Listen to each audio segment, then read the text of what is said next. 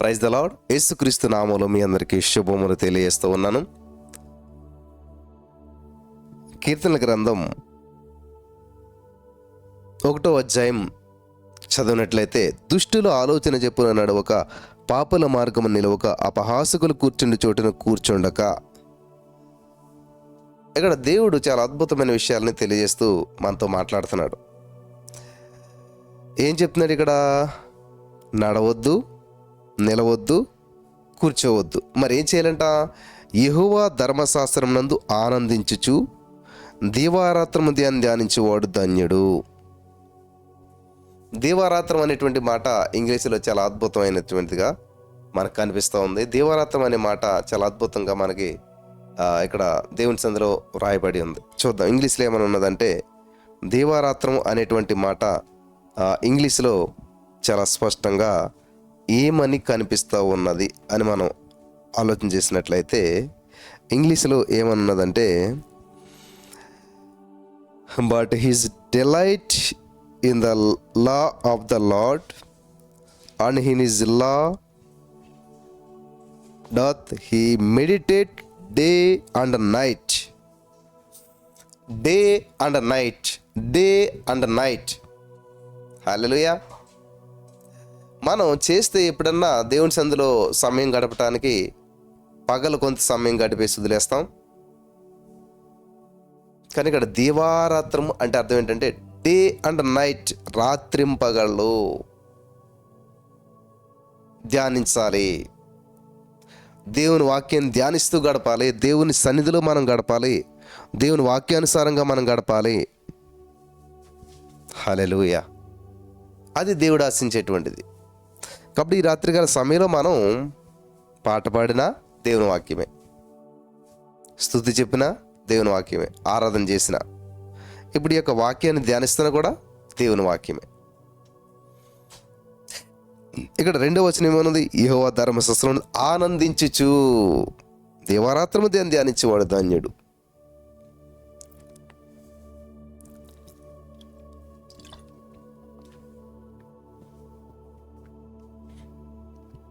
ఇప్పుడు మన సమయాన్ని అంతా దేంట్లో గడుపుతున్నాం?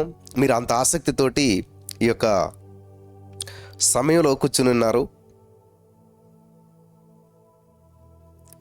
మీలో చాలామంది ఎంతో ఆసక్తి కలిగి ఈ యొక్క వాక్యాన్ని వింటూ ఉన్నారు. ఏం వింటున్నారు? వాక్యం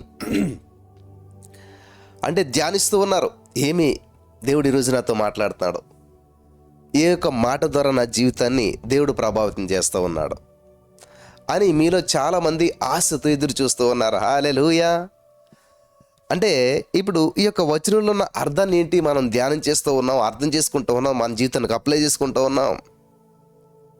ఓకే, దేవుని యొక్క వాక్యాన్ని ధ్యానిస్తూ గ్రహిస్తూ అప్లై చేసుకుంటే ధన్యులం మనం. ఆమేన్. హల్లెలూయా. ధ్యానించేవాడు ధన్యుడు. ఎవరైతే దేవుని యొక్క వాక్యాన్ని పట్టుకుని ధ్యానిస్తూ ఉంటుంటారో. దినకరన్ గారు ఎక్స్పీరియన్స్ నేను చూసినప్పుడు, బుక్స్లో చదివినప్పుడు, ఆయన బైబిల్ ఎలా చదువుకునేవాడు అంటే, చిన్న టార్చ్ లైట్ వేసుకున్నట్ట చుట్టుపక్కల వాళ్ళందరూ ఫ్రెండ్స్ వీళ్ళందరూ ఉన్నప్పుడు ఒకవేళ చదువుకోవాల్సి వచ్చేస్తే అందరూ పడుకున్నాక ఆ చిన్న లైట్ వేసుకుని అక్షరాల మీద పడేలాగా పెట్టి చదువుకునేవాడంట. ఎందుకంత కష్టపడాలి? ఎందుకని అంత కష్టంగా దాన్ని చదవాలి? అందులో ఉన్న సత్యము, అందులో ఉన్న జీవము, అందులో ఉన్నటువంటి ప్రభావం నువ్వు గ్రహించినట్లయితే ఖచ్చితంగా అది లేకుండా నువ్వు ఉండలేవు, అది ధ్యానించకుండా నువ్వు ఉండలేవు. హల్లెలూయా. అందుకనే మనం పాడుతూ ఉంటాం కదా, నీ వాక్యమే నన్ను బ్రతికించెను, బాధలలో నెమ్మదినిచ్చెను, కృపాశక్తి దయాశక్తి సంపూర్ణుడా, జీవమయ్యున్న యేసు వందనమయ్యా, నీ వాక్యమే నన్ను బ్రతికించెను, బాధలలో నెమ్మదినిచ్చెను. ఏమిటంటాడు వాక్యం? నిన్ను బ్రతికించేది, నీకు నెమ్మదినిచ్చేది, నిన్ను నడిపించేది, నిన్ను విడిపించేది, నిన్ను గొప్ప చేసేది వాక్యం. అందుకనే వాక్యాన్ని నమ్ముకున్న వాళ్ళు ఎన్నడూ చెడిపోరు. వాక్యాన్ని నమ్ముకున్న వారు ఎన్నడూ కూడా ఫెయిల్ అయినట్టుగా మనకి ఎక్కడా కనిపించదు. అద్భుతాలను నమ్ముకున్న వారు ఫెయిల్ అయినట్టు కనిపిస్తుంది. ఎందుకంటే అద్భుతం చేస్తాడు దేవుడు అని చెప్పి ఎదురు చూసి అద్భుతం జరగకపోయిన వారు చాలామంది ఉంటారు. దేవుడు ఏదో చేస్తాడు, ఇలా చేస్తాడు అని చెప్పి ఎదురు చూసి అట్లాగా నిరుత్సాహపడిన వారు చాలామంది ఉంటారు. కానీ వాక్యము భూమి ఆకాశము గతించిన కానీ నా నోటి నుంచి వచ్చిన మాట నిరర్థం కారదంటాడు దేవుడు. నిరర్థం కానేరదంటాడు. దేవుని యొక్క వాక్యంలో పవర్ ఉంది, దేవుని యొక్క వాక్యంలో శక్తి ఉంది.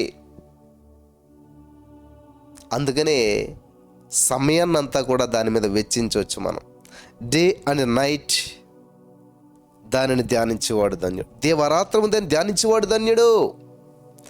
దీవారాత్రము దాన్ని ధ్యానించేవాడు ధన్యుడు. Day and night. హల్లెలూయా. చూడు, మనకి A shift, B shift, C shift అని ఉంటాయి. జాబులు చేసేటప్పుడు ఇంకా ఎక్కువ శాలరీ రావాలి, ఇంకా మంచిగా రావాలి, ఇంకా మంచి పొజిషన్ కావాలని ఏం చేస్తాం? చాలా డెడికేటెడ్గా పనిచేస్తాం. సమయాన్ని అంతా దానికి కేటాయిస్తాం. ఇంకా పైకి రావాలి, ఇంకా పైకి రావాలని చెప్పేసి. అలాగా దేవుని యొక్క సన్నిధికి, దేవుని యొక్క వాక్యానికి, దేవునితో మరి సమయం గడపటానికి ఎవరైతే ఎక్కువగా ఇష్టపడతారో, దేవునితో సమయం గడపటం అంటే ఇదే. దేవుని యొక్క వాక్యంతో సమయం గడపటం. దీనివల్ల బెనిఫిట్ ఎవరికంటే, ఒక జిమ్లోకి వెళ్ళి ఒక వెయిట్ తీసుకుని నువ్వు ఎక్సర్సైజ్ చేస్తూ ఉన్నావంటే బెనిఫిట్ ఎవరికి? జిమ్ హాల్కా, లేకపోతే నీ చేతిలో ఉన్న వెయిట్కా? నువ్వు జిమ్కి వెళ్ళటం వల్ల జిమ్లో మార్పులు రావు. నువ్వు ఎక్సర్సైజ్ చేయటం వల్ల నువ్వు వాడే ఇన్స్ట్రుమెంట్లో మార్పులు రావు. మార్పు నీలే వస్తుంది. మార్పు నీ ఫిజిక్లో వస్తుంది. మార్పు నీ కండరాల్లో వస్తుంది. నువ్వు అక్కడికి వెళ్ళటం వల్ల, సమయాన్ని అక్కడ గడపటం వల్ల అవన్నీ కూడా నిన్ను ప్రభావితం చేస్తాయి. ఆమేన్. హల్లెలూయా. ఈ సత్యాన్ని గ్రహించిన వారి జీవితంలో పెను మార్పులు సంభవిస్తూ ఉన్నాయి. ఆమేన్. కాబట్టి ఈరోజు నీ మాటలు వింటున్నట్టు మీరు, నేను దేవుని సన్నిధిలో గడిపాను, దేవుని కోసం చేశాను అంటుంటారు కదా చాలామంది. ఇదంతా నీ బెనిఫిట్ కోసమే, నీ బాగు కోసమే. హల్లెలూయా. దీవారాత్రము ధ్యానించేవాడు ధన్యుడు. అతడు నీటి కాలువల యొద్ద నాటబడినదై ఆకు వాడక తన కాలమందు ఫలమిచ్చి చెట్టు వలె ఉంటాడు. ఎవరైతే దేవుని యొక్క వాక్యాన్ని ధ్యానిస్తూ ఉంటుంటారో, ఆలస్యం కాదు. నీ జీవితంలో ఎప్పుడు ఏది జరగాలప్పుడు జరుగుతుంది.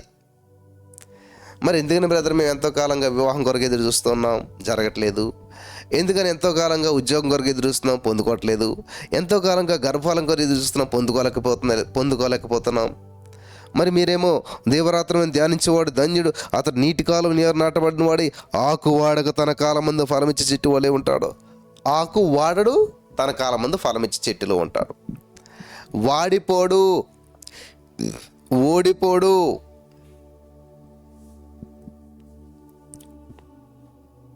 ఇది చాలా ప్రాముఖ్యమైనటువంటి విషయం. చాలా జాగ్రత్తగా గమనించాలని ప్రభు పేరట మనం చేస్తున్నాను నేను. చూడండి, అతడు నీటి కాలువలో నాటబడినదై ఆకు వాడక. అంటే ఆకు వాడటం అంటే ఏంటి? ఒడిలిపోవటం, ఎండిపోవటం, వాడిపోవటం, ఓడిపోవటం. ఈ విషయాలని చెప్పాలని అనుకోలేదు, కానీ దేవుడు ఎందుకు ఈ విషయాలన్నీ తెలియజేస్తున్నాడు? అసలు విషయం ఏంటంటే, చాలామంది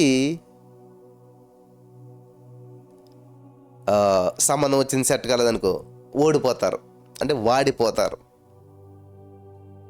చూడండి, చెట్టుకు నీళ్ళు లేకపోతే ఎలాగవుతుంది? ఎండిపోతుంది కదా. చెట్టుకు సరైన వాటర్ సప్లై లేకపోతే అవుతుంది, నెమ్మదిగా జోలిపోతుంది, వాడిపోతుంది. అలాగే దగ్గర వచ్చిన ఉద్యోగం రాకపోతే చాలామంది డిసప్పాయింట్మెంట్లో వాడిపోతారు, ఓడిపోతుంటారు. ఎండ దెబ్బ కొట్టిన చెట్టులాగా తయారవుతుంటారు.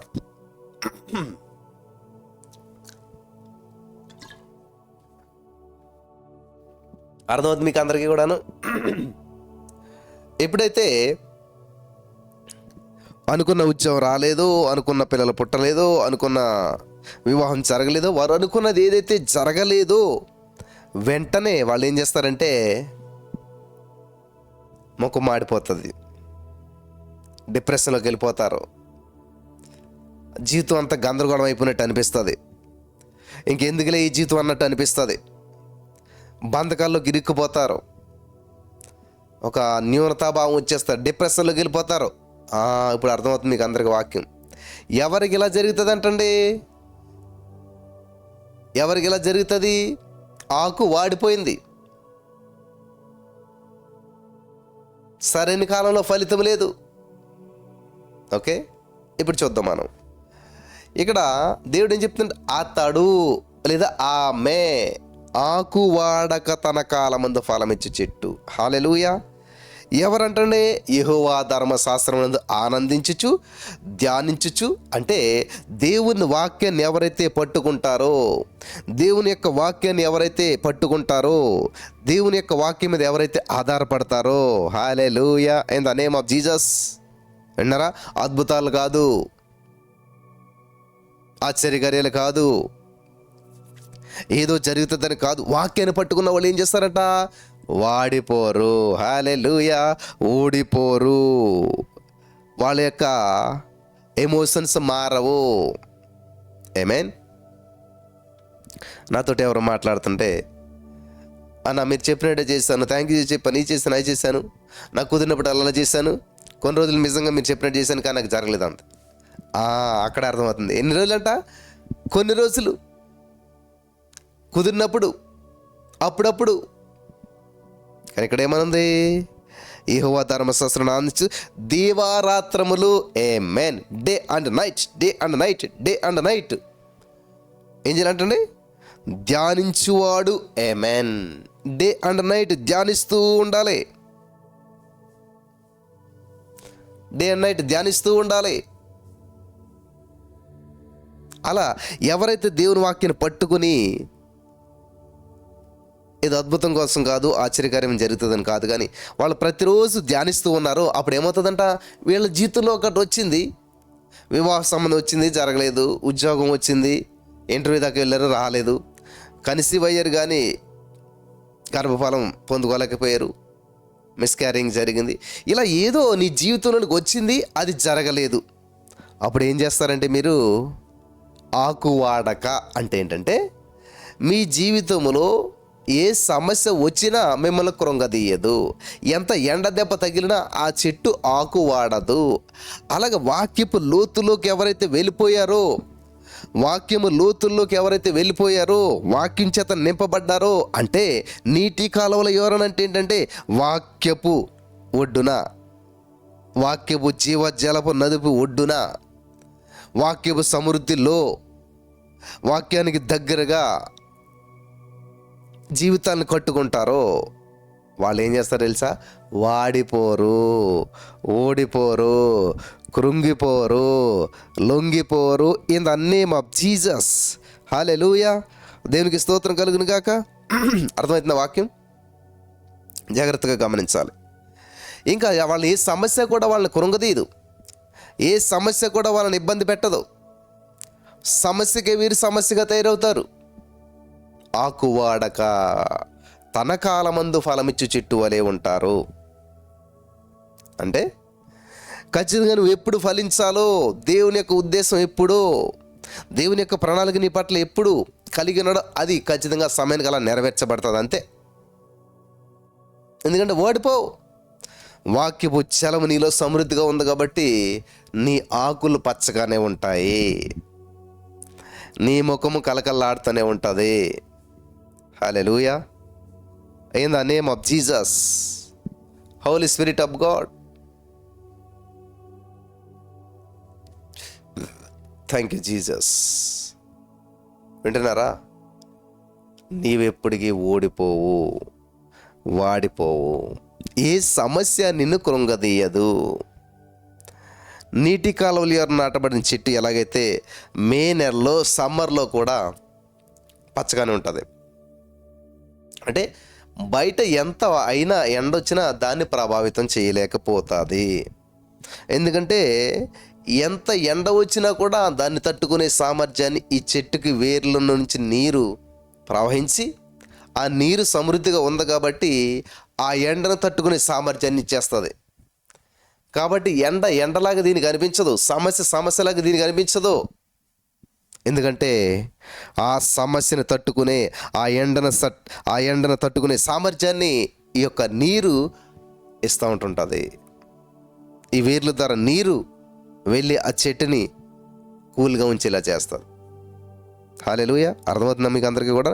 అలాగే మీ జీవితంలో ఎవరైతే దేవుని యొక్క వాక్యాన్ని పట్టుకుంటారో, జాగ్రత్తగా వినాలి, అద్భుతాలు కాదు, ఆశ్చర్యకార్యాలు కాదు, ఇవన్నీ చేస్తాడు దేవుడు, ఆటోమేటిక్గా ఇవన్నీ జరుగుతాయి.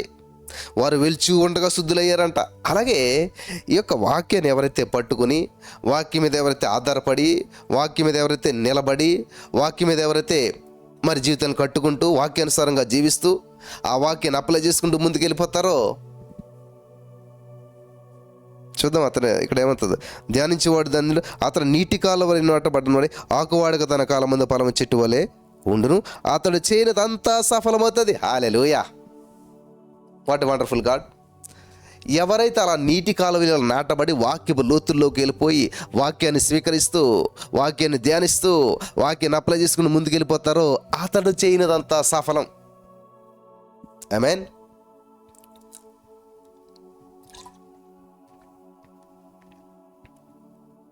ఈ వాక్యాన్ని మీరు గ్రహించాలి. అంత సఫలమా, కొంత సఫలమా? అతడు చేయనిది అంతా సఫలం. అబ్బా, ఎంత బాగుంటుందండి ఇలాగా. మనం అనుకున్నదంతా జరిగిపోతుండే, మనం చెప్పిందల్లా జరిగిపోతుండే, మనం చేసేదంతా ఫలించేస్తుంటే, మనం తట్టిందల్లా అభివృద్ధి చెందిపోతుంటే, మనం ఏ వ్యాపారం చేసినా కూడా అభివృద్ధి చెందిపోతుంటుంటే, లాస్ లేకుండా ఉంటుంటే, నష్టం లేకుండా ఉంటుంటే ఎలా ఉంటుంది? గమనించారా ఎలా ఉంటుంది? చాలా జాగ్రత్తగా మీరు గమనించాలని ప్రభుపేరట మనం చేస్తున్నాను. ఎలా ఉంటుంది? చేసేదంతా సఫలమే. హల్లెలూయా. చేసేదంతా సఫలమవుతుంది.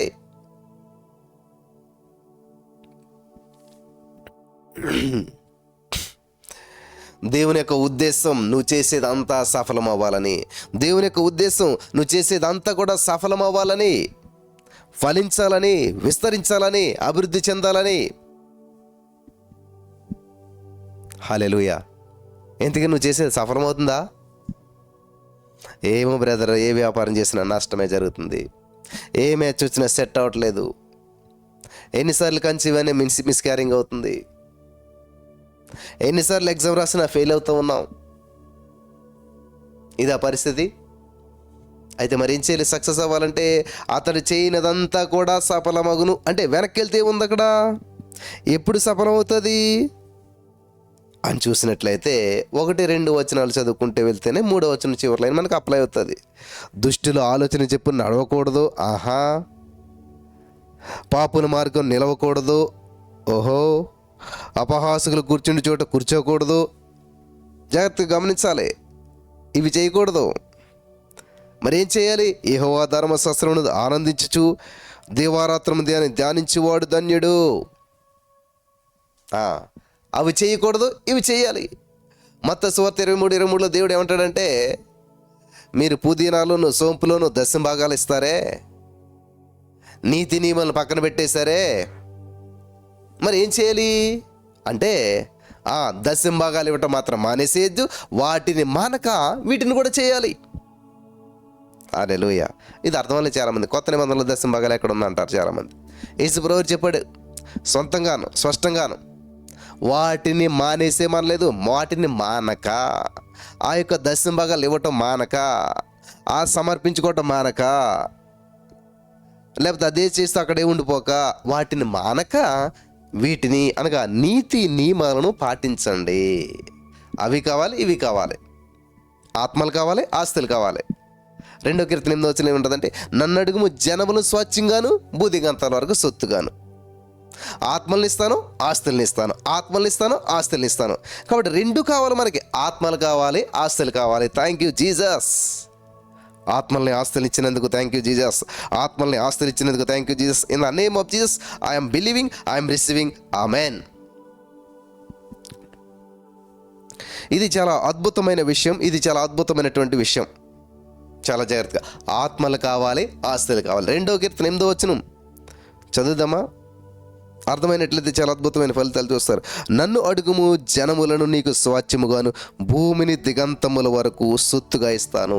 భూమిని దిగంతాల వరకు సొత్తుగా సొత్తుగా సొత్తుగా ఆస్తిగా నీకు కావలసిందిగా నీకు ఇస్తాను. మరి ఎవరిని అడగలట? నన్ను అడుగుమంటున్నాడు దేవుడు. మనం ఏం చేస్తాం? ఎవరు రిఫరెన్స్ ఇస్తారా, ఎవరు సహాయం చేస్తారా, ఎవరి ద్వారా ఉద్యోగం వస్తుందా, ఎవరి ద్వారా నేను పొందుకుంటానా, ఎవరు హెల్ప్ చేస్తారా, ఎవరు ఇస్తారా అనేటువంటి ఆలోచనతోటి మనం జీవిస్తున్నాం. కానీ దేవుడు నాకు ఇస్తాడు అని చెప్పి దేవుని సందులో గడపడం అలవాటు చేసుకోవాలి. ఆమేన్. చూడండి, యెహోవా ధర్మశాస్త్రమునందు ఆనందించుచు దేవరాత్రం ధ్యానించువాడు ధన్యుడు. అతడు నీటి కాలువల ఎరు నాటబడినది, ఆకువాడక తన కాలమందు ఫలమిచ్చి చెట్టు వలె ఉండును. అతడు చేయనిదంతా సఫలమవుతుంది. మేము ఎంత ప్రయత్నం చేసినది సక్సెస్ అవ్వట్లేదు అంటారు చాలామంది. వాక్యాన్ని ధ్యానిస్తున్నావా? వాక్యాన్ని మనసులో పెట్టుకున్నావా?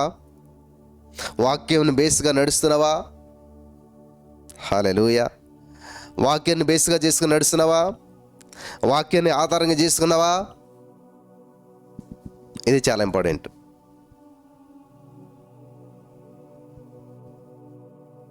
బేస్మెంట్ పునాది ఎంత గట్టిగా ఉంటే బిల్డింగ్ అంత పెద్దగా అంత గట్టిగా పైకి కట్టుకోవచ్చు మనం. పునాది వీక్నెస్ అనుకోండి, ఎంత చేసినా కూలిపోతుంది మళ్ళీ.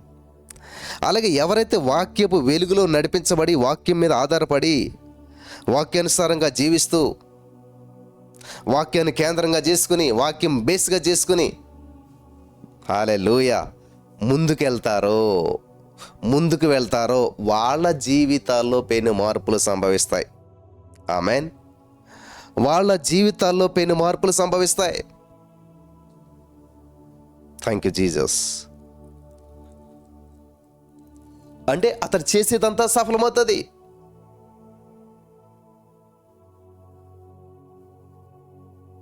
దేవునికి స్తోత్రం కలుగును గాక. హల్లెలూయా. చేసేదంతా సఫలమవుతుంది. అంతా, కొంత కాదు, అంతా. ఆమేన్. కాబట్టి ఈ రోజున ఈ మాటలు వింటున్న ప్రియమైనటువంటి సహోదరి స్నేహితులారా,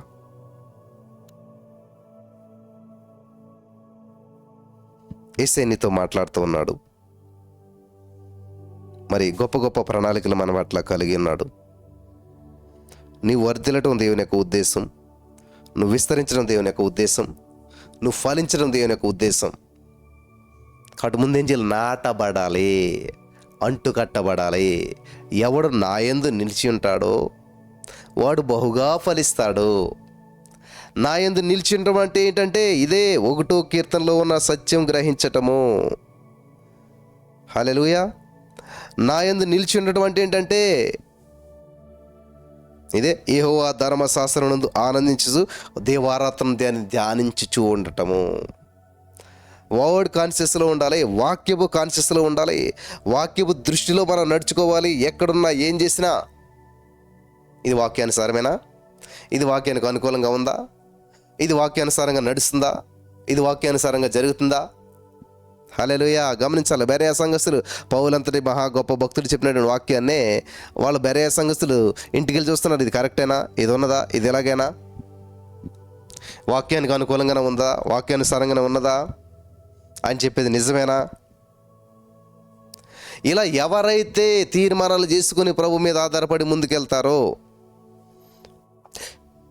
హల్లెలూయా, వాక్యమే దేవుడే అండి. వాక్యం మీద ఆధారపడటం అంటే దేవుడి మీద సంపూర్ణంగా ఆధారపడతాం అనమాట. మీ జీవితంలో పెను మార్పులు సంభవిస్తాయి. మీరు అటు ఇటు పరుగులు తీయవలసిన అవసరం లేదు. మీ ఇంట్లో మీరుండి, మీరున్న చోట మీరుండి వాక్యాన్ని ఎవరైతే అప్లై చేస్తూ వాక్యానుసారంగా జీవిస్తూ వాక్యపు లోతుల్లోకి వెళ్తూ వాక్యం మీద ఆధారపడతారో వాళ్ళ జీవితంలో పెను మార్పులు సంభవిస్తాయి. ఆమేన్.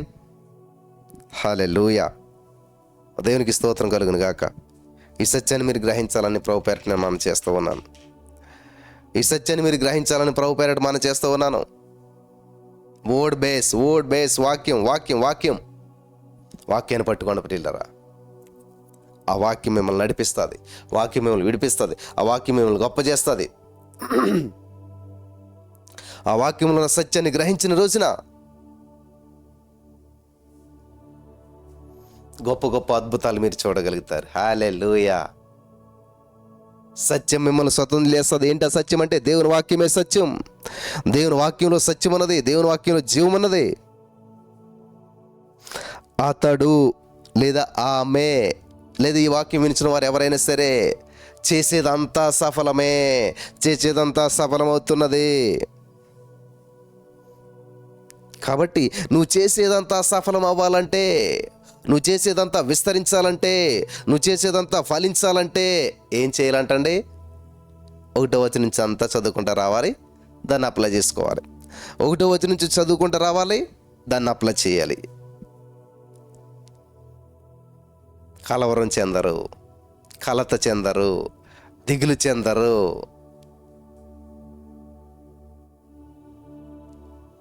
దేవుని మీద ఆధారపడ్డవారు ఎప్పటికీ కూడా దిగులు చెందరు. నీ జీవితం సర్వనాశనం అయిపోయింది అని నువ్వు అనుకుంటున్నా సరే, లోకం అనుకుంటున్నా సరే, నువ్వు దిగులు చెందవు. ఎందుకనంటే శూన్యములోంచి సమస్తము చేసిన దేవుడు మన దేవుడు.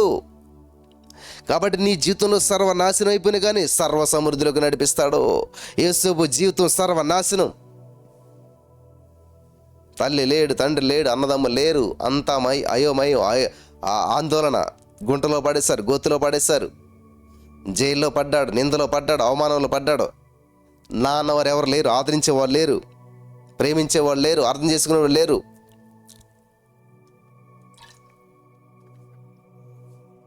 వింటున్నారా? అర్థం చేసుకునేవాళ్ళు లేరు, అర్థం చేసుకునేవాళ్ళు లేరు, బాధ వినేవాళ్ళు లేరు. జాగ్రత్త వినాలి.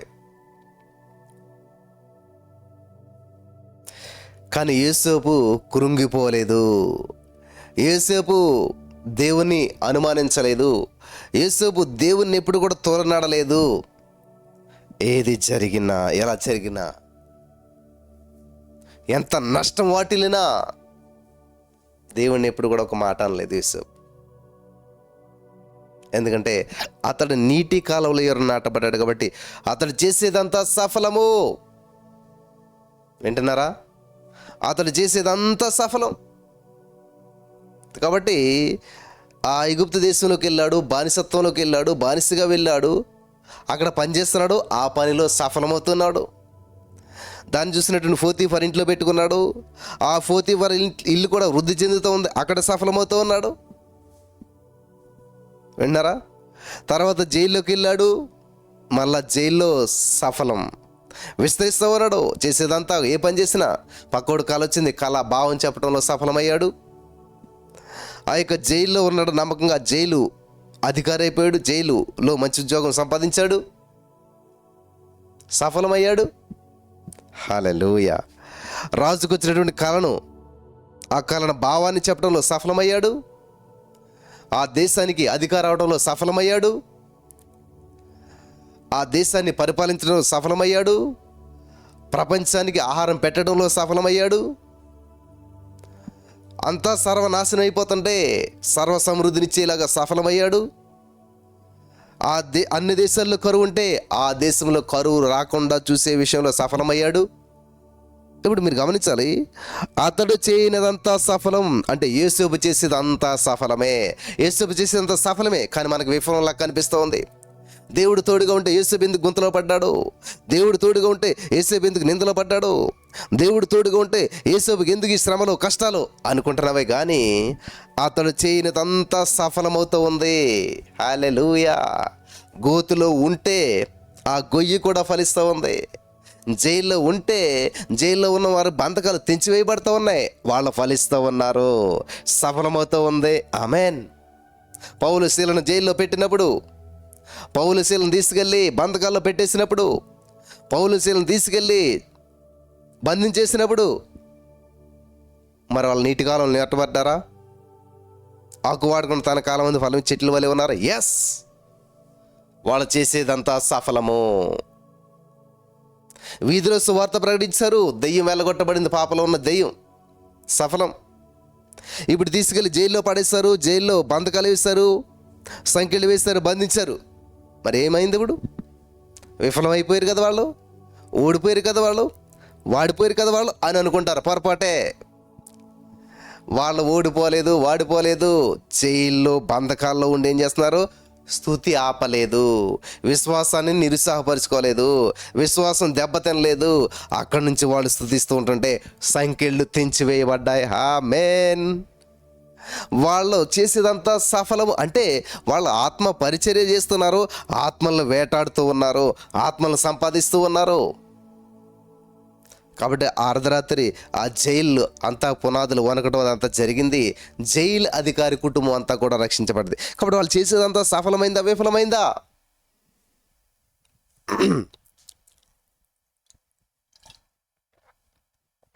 గమనించాలి.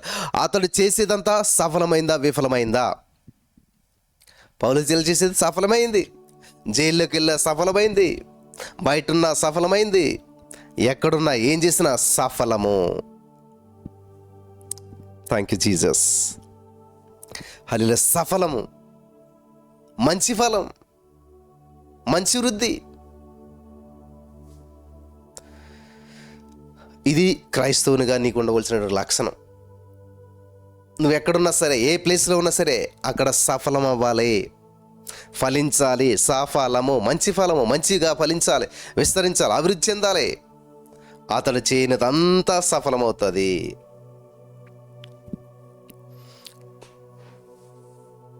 హల్లెలూయా. కాబట్టి ఈరోజు నీ మాటలు వింటున్న ప్రియమైనటువంటి సహోదరి, స్నేహితులారా, చాలా జాగ్రత్తగా గమనించాలి.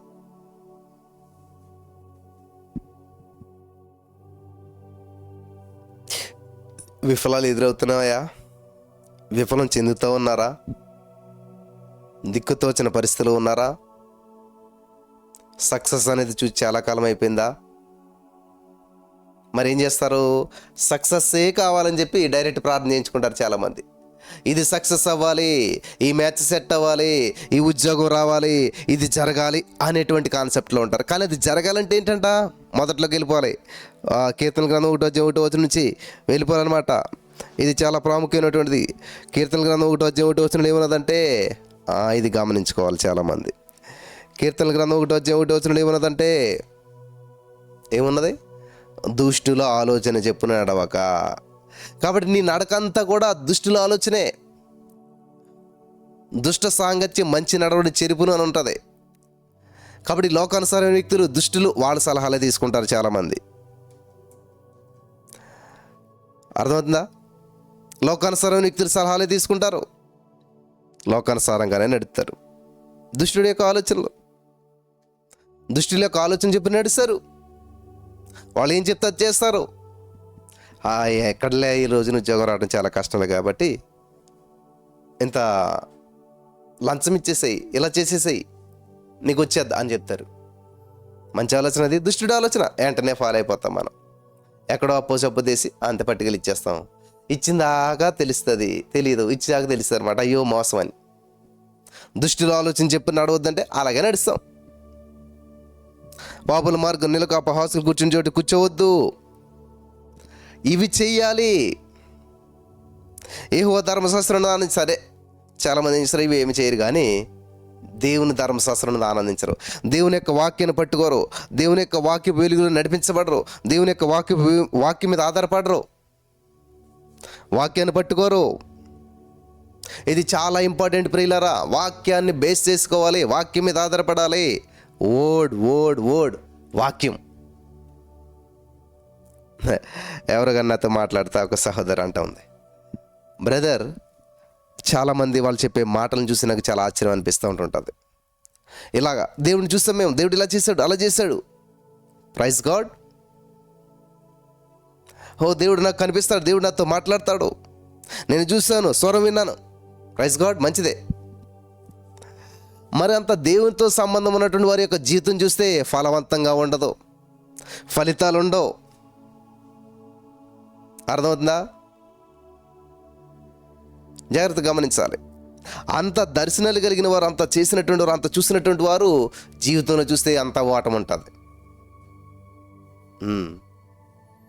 జాగ్రత్త గమనించాలి. కొంతమంది ఏమీ చూడరు, ఏమీ తెలీదు, ఏమీ ఉండదు, కానీ విపరీతంగా ఫలిస్తూ ఉంటుంటారు. ఏది కావాలి నీకు ఇప్పుడు అంటే అర్థం ఏంటంటే, ఎవరైతే దేవుని వాక్యాన్ని పట్టుకున్నారో, దేవుని వాక్యం ఏమి సెలవిస్తుందో ఆ వాక్యాన్ని పట్టుకుని ముందుకెళ్ళే వారి జీవితాలు, వాక్యాన్ని పక్కాగా పాటించేటువంటి వారి జీవితాలు ఏం చేస్తాయి? ఫలిస్తూ ఉంటాయి. అతని జీవితం సఫలమవుతూ ఉంటుంటుంది. వాళ్ళు విస్తరిస్తూ ఉంటుంటారు, అభివృద్ధి చెందుతూ ఉంటుంటారు, ఉన్నత స్థితిలోకి వెళ్తూ ఉంటుంటారు. హల్లెలూయా, దేవునికి స్తోత్రం కలుగును గాక. వారు విస్తరిస్తూ ఉంటుంటారు. ఆమేన్. దేవునికి మహిమ కలుగును గాక. దేవుని యొక్క ఉద్దేశం నువ్వు ఫలించడం, విస్తరించడం, అభివృద్ధి చెందటం, ఆశీర్వాదకరంగా ఉండటం, అనేక మందికి దీవెనకరంగా ఉండటం. వాక్యాన్ని పట్టుకున్న వాళ్ళు, వాక్యాన్ని ధ్యానించే వాళ్ళు, వాక్యం మీద ఆధారపడిన వారు, వాళ్ళ అతను చేసేదంతా సఫలమవుతుంది. మనం చేసేదంతా సఫలం అవ్వాలన్నది దేవుని యొక్క ఉద్దేశం. నువ్వేం చేసినా నువ్వు అడుగుపెట్టి ప్రతి స్థలం నీది అవ్వాలి. నువ్వు విస్తరించాలి, ఫలించాలి, అభివృద్ధి చెందాలి. హల్లెలూయా, దేవునికి స్తోత్రం కలుగును గాక. నా ప్రియమైనటువంటి సహోదరి, స్నేహితులారా, ఈరోజు మీరు చాలా జాగ్రత్తగా వినాలని ప్రభు పేరిట మనం చేస్తున్నాను. ఖచ్చితంగా మీరు ఫలించాలి, విస్తరించాలి, అభివృద్ధి చెందాలి, భూమిని నిండించాలి.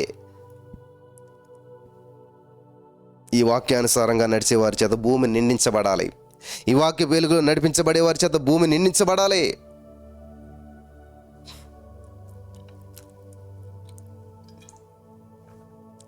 హల్లెలూయా, హల్లెలూయా, థ్యాంక్ యూ జీసస్. భూమి నింపండి.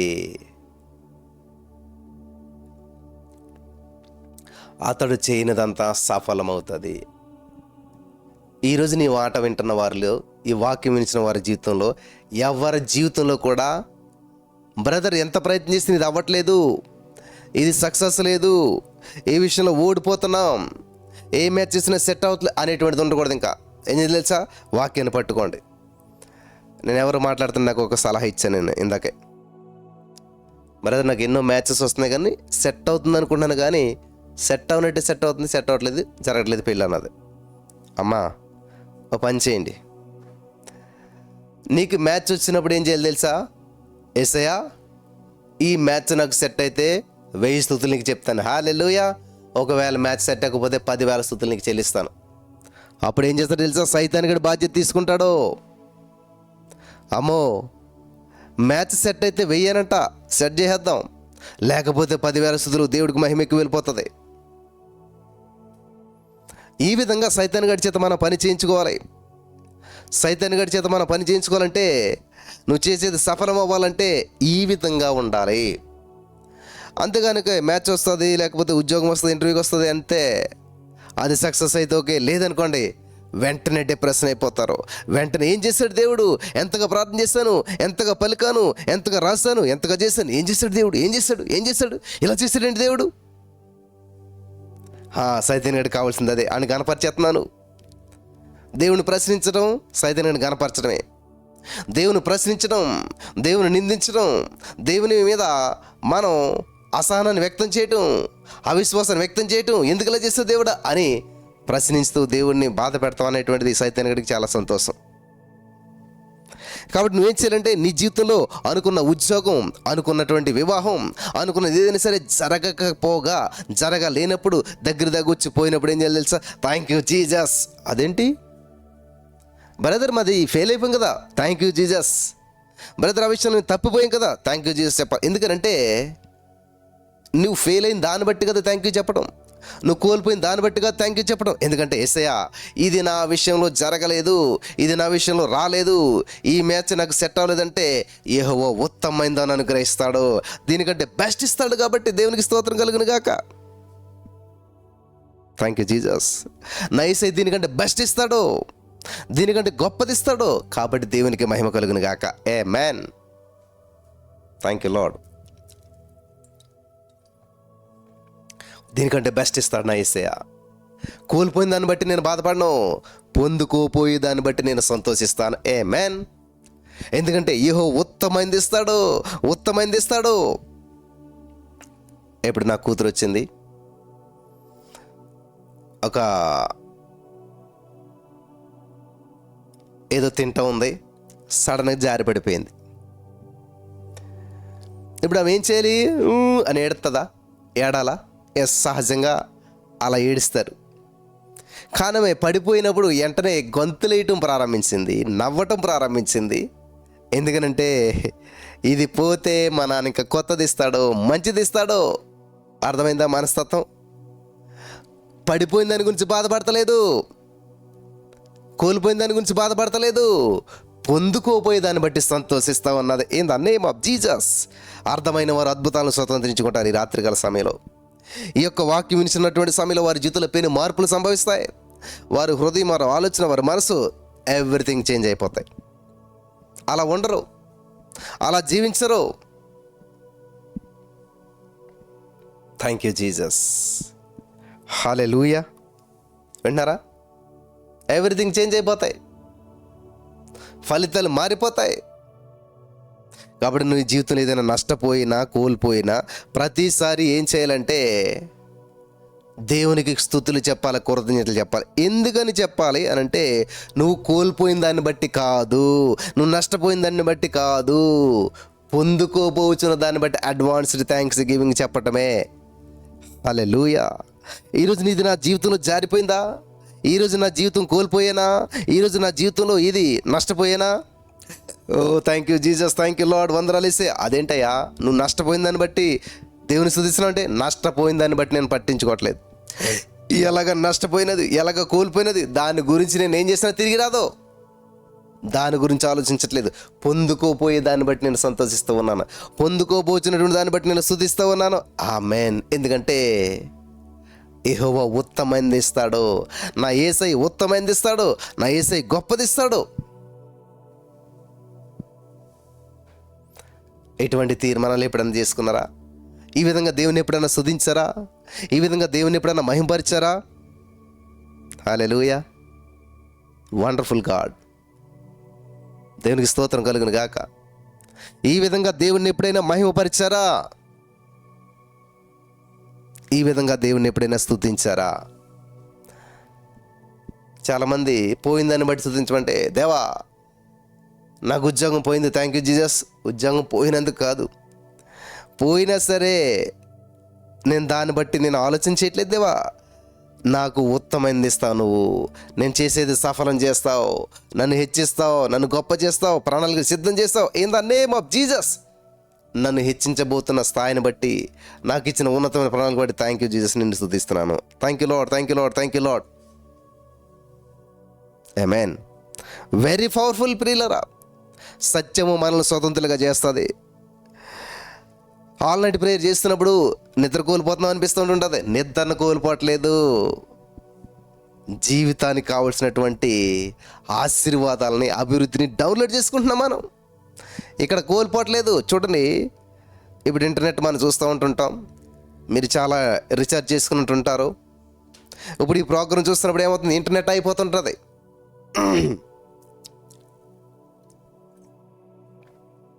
యూట్యూబ్ ఇక లైవ్ చూస్తున్నప్పుడు ఏమవుతుందంటే నెట్ బ్యాలెన్స్ అయిపోతుంది. ఎవరైనా నెట్ బ్యాలెన్స్ అయిపోతుందని బాధపడతారా? ఈ ప్రోగ్రామ్ని బట్టి సంతోషిస్తారు, ఈ లైవ్ని బట్టి సంతోషిస్తారు. ఇంకా నెట్ బ్యాలెన్స్ అయిపోతే అయ్యో అయిపోయిందని చెప్పి ఏం చేస్తారు? అయిపోయిందని ఆలోచించకుండా మళ్ళీ బ్యాలెన్స్ చేసుకుంటారు, మళ్ళీ రీఛార్జ్ చేసుకుంటారు. ఎందుకనంటే ఇందులో ఉందో సంతోషం. హల్లెలూయా. కోల్పోయిన దాన్ని బట్టి బాధపడతలేదు, ఇక్కడ దేవుని సంధిలో గడపటాన్ని బట్టి సంతోషిస్తూ ఉన్నారు. అర్థమవుతున్న వాళ్ళందరూ ఆమెను చెప్దాం. హల్లెలూయా, హల్లెలూయా. Thank you Jesus, thank you Lord. What a wonderful God. Thank you Jesus.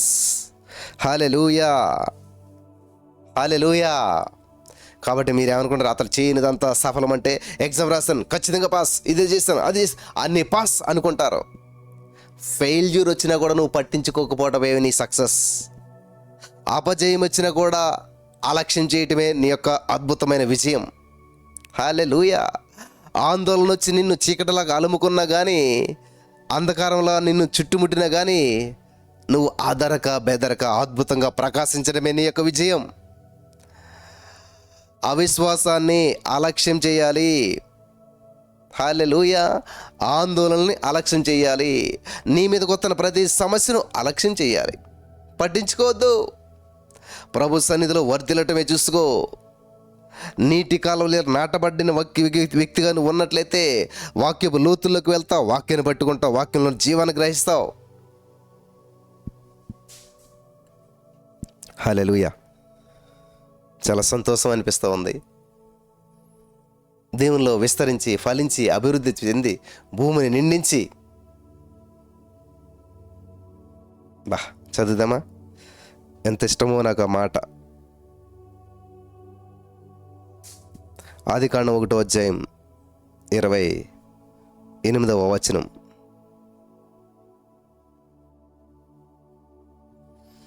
దేవుడు వారిని ఆశ్రయించినట్లనగా మీరు ఫలించి అభివృద్ధి పొంది విస్తరించి భూమిని నిండించి దాన్ని లోపరుచుకునుడి.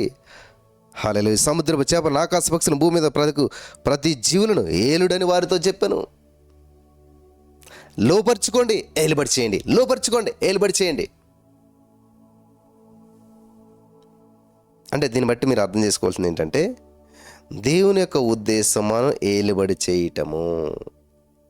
దేవుని యొక్క ఉద్దేశం సమస్యలు మనల్ని ఏలుబడి చేయటం కాదు, అప్పులు మనల్ని ఏలుబడి చేయటం కాదు, అనారోగ్యం మనల్ని ఏలుబడి చేయటం కాదు. మనం ఏలుబడి చేయాలి, మనం ఏలాలి, మనం జయించాలి, అంతిమ విజయం మందవ్వాలి. ఆమేన్. దేవునికి స్తోత్రం కలుగును గాక. అసలు 1వ కీర్తన విషయంలో ఇంత ముందుకు వెళ్తామని, ఇంత ధ్యానిస్తామని నేను అసలు ఊహించలేదు. ఎంత అద్భుతంగా ఉంటుంది. దేవారాత్రుని ధ్యానించువాడు. ధ్యానించు. ప్రతి లైన్, ప్రతి అక్షరం, ప్రతి మాట ఏముందో ధ్యానించు, గ్రహించు, పాటించు, విస్తరించు, ఫలించు. హల్లెలూయా. హల్లెలూయా. అంటే ఏదో ఆల్రెట్ అంటే ఏదో అలాగా అంతా కొంచెం నిద్ర వచ్చినా కానీ కళ్ళు తుడిచేసుకుని అలాగా ఏదో మెలకు గడిపేసేసి అమ్మయ్య ఆల్రెట్ చేస్తుంది అనుకోవటం కాదు. చాలామందికి ఆలోచన అలాగ ఉంటుంది అనమాట. సంపూర్ణ రాత్రి ప్రార్థన అంటే ఏంటంటే, ఎలాగైనా సరే నిద్ర వచ్చేస్తున్నా సరే కళ్ళు తుడిచేసుకుంటా, కళ్ళు గడిగేసుకుంటా, ఏదో విధంగా గడిపేసి నేను ఆల్రెట్ చేసేసాను. ఏం ఫలితం? అంటే ఆల్రెట్లు చేస్తూనే ఉంటావు, అద్భుతం మాత్రం జరగదు మన జీవితంలో. ఆల్రెట్లు చేస్తూనే ఉంటావు, ఏ విధమైన సాక్షి మాత్రం మన జీవితంలో రాదు. మరి ఎప్పుడు వస్తుందంట? ఇక్కడ వాక్యం చెలవిస్తుంది. దుష్టులు ఆలోచన చెప్పి నడవద్దు, పాపుల మార్గం నిలవద్దు, అపవాసులు చూసి కూర్చోవద్దు, యెహోవా ధర్మశాస్త్రమును ఆనందించు, దీవారాత్రం ధ్యానించేవాడు ధన్యుడు. ఆనందించు, వాక్యం ఆనందించు, వాక్యంలో సత్యాన్ని గ్రహించు, వాక్యాన్ని పట్టుకో, ఆనందించు, సంతోషించు. హల్లెలూయా. ఓ థ్యాంక్ యూ జీసస్. అతడు నీటి కాలంలో నాటబడినది ఆకువాడక తన కాలం మందు ఫలం చెట్టు వలె ఉంటాడు. అతడు చేయనిదంతా సఫలమవుతుంది. కాబట్టి వాక్యాన్ని పట్టుకోవాలి, వాక్యాన్ని ధ్యానించాలి, వాక్యాన్ని అర్థం చేసుకోవాలి, వాక్యాన్ని అప్లై చేసుకోవాలి. హల్లెలూయా. Holi spirit of God, thank you Jesus. వింటున్నారా? చాలా జాగ్రత్తగా గ్రహించాలి. హల్లెలూయా. Holi spirit of God,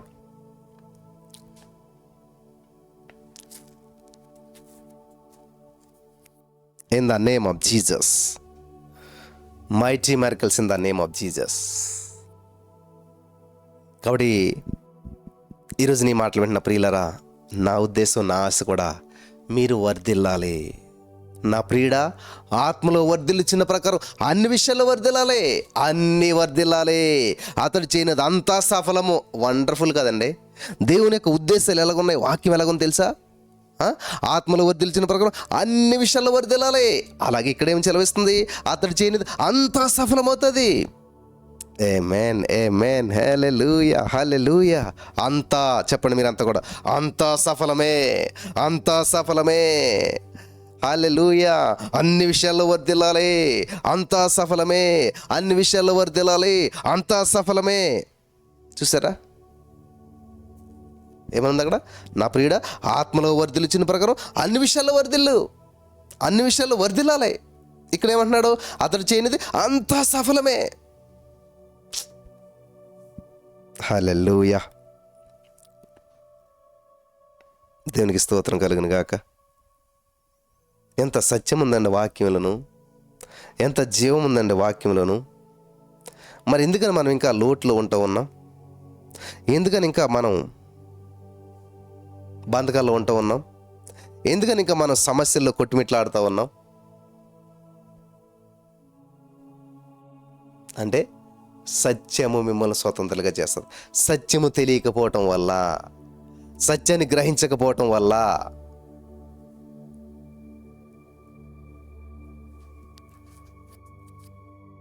hallelujah.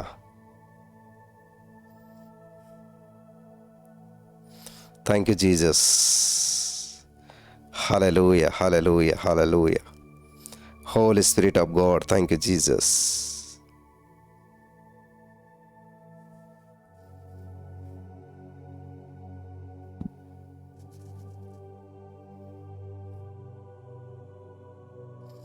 Thank you Jesus.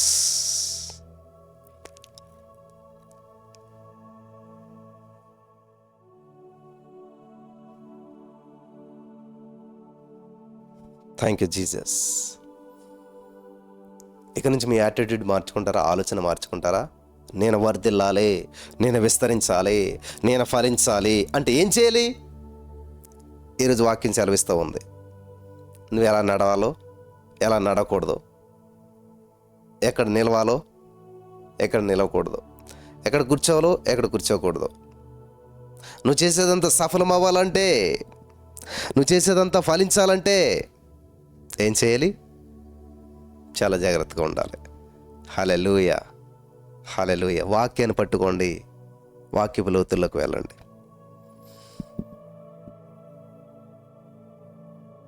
Thank you. అతడు చేయనిదంతా సఫలము, సఫలము, సఫలము. ఫలించాలి, విస్తరించాలి, అభివృద్ధి చెందాలి, అనేక మందికి దీవెనకరంగా ఉండాలి, నీ జీవితంలో పైన మార్పులు సంభవించాలి. Thank you Jesus. హల్లెలూయా, హల్లెలూయా. కాబట్టి చాలామందికి క్రైస్తవులంటే ఎలా ఉండాలనుకుంటారంటే నష్టపోయిన వారుగా ఉండాలి, కోల్పోయిన వారుగా ఉండాలి, ఏమీ పొందుకొని వారుగా ఉండాలి, దీనులుగా ఉండాలి. లాజరు చూశారు కదా, ధనవంతుడు లాజరు చూడండి, ఏముంది? అసలు ఏమీ లేదు. కానీ పరలోక రాజ్యం వెళ్ళాడు. ఆయనకి తింటాక తిన్నుందా, కట్టుకోటాక బట్ట ఉందా? అంతా దరిద్రమే. అలా ఉంటేనే పరలోక రాజ్యం వెళ్తాం అని ఉన్నది అక్కడ. మీరు చిన్న పిల్లల వంటి వారైతేనే కానీ దేవుని రాజ్యంలో ప్రవేశించరు. చిన్నపిల్లల వారైతేనంటే అర్థం ఏంటంటే, చిన్నపిల్లలకి ప్రియులరా వాళ్ళకి ఏది కావాలో తీసుకున్నారు అంతే. అనాలిసిస్ ఏముండదు. దాని రేట్ ఎంత, అది ఎక్కడి నుంచి వచ్చింది, ఎలాగొచ్చింది, అనవసరం. అది కావాలంతే. హల్లెలూయా. చిన్నపిల్లలు చూడండి, ఆకాశం నుంచి ఒకటి వచ్చింది, ఇలాగా ఇక్కడ పడింది, ఇలా జరిగిందంటే అవునా నమ్మేస్తారు వాళ్ళు. వాళ్ళకి ఏమీ అనాలిసిస్ ఏముండదు. అవునా, ఎలా పడింది, ఏంటి, అది ఏముండదు ఇంకా కదా. చిన్నప్పుడు అమ్మ చెప్తూ ఉంటుంటుంది, చందమామ రావే, జాబిల్లి రావంటే చందమామ వచ్చినట్టుగా మనకి కార్టూన్స్ కూడా చూపిస్తుంటారు. కానీ అది ఎప్పటికీ రాదు. కానీ ఏం చేస్తుంది తల్లి? ఆ బిడ్డ భోజనం చేయటం కానీ పాట పాడుతుంటుంది అన్నమాట. ఆ పిల్ల నమ్మేస్తుంటుంది. చంటి బిడ్డల వంటి వారైతే కానీ మరి దేవుని రాజ్యంలో ప్రవేశించరంట. అలాగే నువ్వు ఏది చేసినా కూడా దానికి లాజిక్ ఇవన్నీ కాదు. దేవుని వాక్యం ఏం చెప్తుంది అది గ్రహించడం అంతే. బిల్లీ గ్రహం గారు ఒక అద్భుతమైన మాట అన్నారు, చాలా ఆశ్చర్యకరమైన మాట అన్నమాట.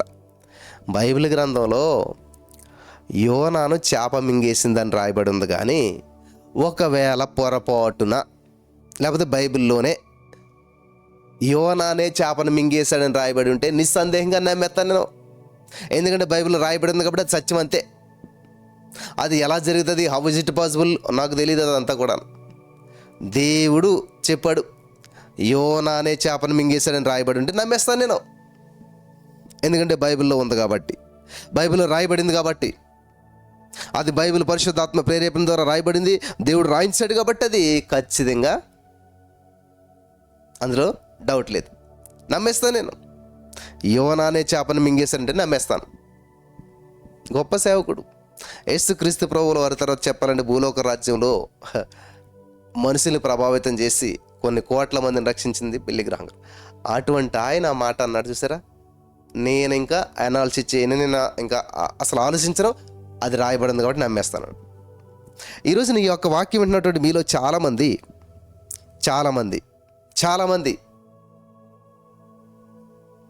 ఎందుకని నమ్మట్లేదు దేవుని యొక్క వాక్యాన్ని? ఎందుకని స్వీకరించట్లేదు? ఎందుకని దేవుని యొక్క వాక్య వెలుగులో నడిపించబడతలేదు?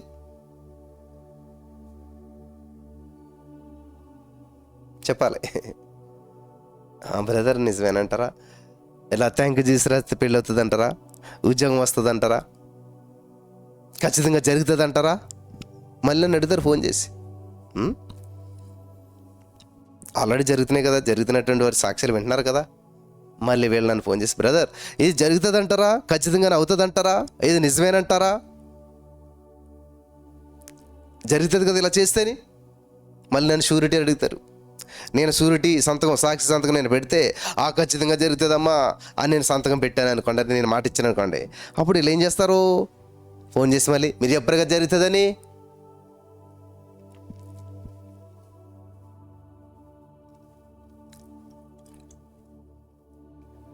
మీరు చెప్పారు కదా, మీరు చెప్పినట్టే చేశాను, మీరు చెప్పినట్టే ఫాలో అయ్యాను, మీరు చెప్పినట్టే పలికాను, మీరు చెప్పినట్టే రాస్తాను, మీరు ఏదంటే అది చేస్తాను, మరెందుకు జరగలేదు?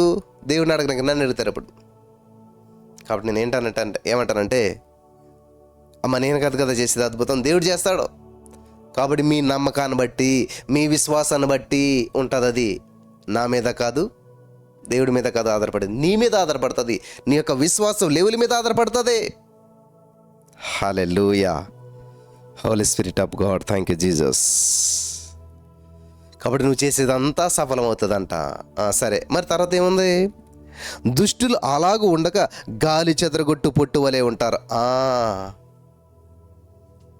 దుష్టులు అలాగ ఉంటారు, గాలి చెదరగొట్టే పొట్టు. గాలి చెదరగొట్టబడిన పొట్టు లేస్తుంది గాలిలోకి ఇలా పైకి. అది ఏ దిశలోకి వెళ్తుంది ఎవరికి తెలుసు? ఎటు పోతుంది ఎవరికి తెలుసు? ఎక్కడ పడుతుంది ఎవరికి తెలుసు? ఎవరి కొంట్లో పడుతుంది ఎవరికి తెలుసు? ఎవరికి నష్టం కలిగిస్తుంది ఎవరికి తెలుసు? ఎవరికి ఇబ్బంది కలిగిస్తుంది ఎవరికి తెలుసు? వింటున్నారా? సరే, దేవుని వాక్యాన్ని గనుకున్న వాడికి, దేవుని వాక్యానుసారంగా జీవించేవాడికి, జీవించిన వాడికి తేడా చూసారా? గాలి చెదరగొట్టు పొట్టు అంటే ఈ పొట్టు గాల్లోకి లేస్తుంది, కానీ ఇంక దాని చేతిలో ఏముండదు. ఎక్కడికి పోవాలో, ఎలా పోవాలో, ఎక్కడ పడాలో ఈ గాలి చెదరగొట్టిన పొట్టు చేతిలో దాని విషయం ఉండదు. ఇంకా గాలిలోకి వెళ్ళే అంతే. గాలి ఎటు పోతే అట్టే పోవాల్సిందే. అది గాలి ఎటు తీసుకెళ్తే అటు పోవాల్సిందే. గాలి చెదరగొట్టు పొట్టు వలె ఉంటారు. ఎస్, ఈరోజు చాలామంది జీవితాలు ఇలానే ఉన్నాయి. గాలి చెదరగొట్టు పొట్టు వలె ఉన్నాయి. గాలి చెదరగొట్టేసిన పొట్టులాగా ఉన్నాయి. ఫలితాలు లేవు, ఫలాలు లేవు, సాక్ష్యాలు లేవు. అంతా విఫలమే, అంతా కన్నీరే, అంతా రోదనే, అంతా ఆందోళనే.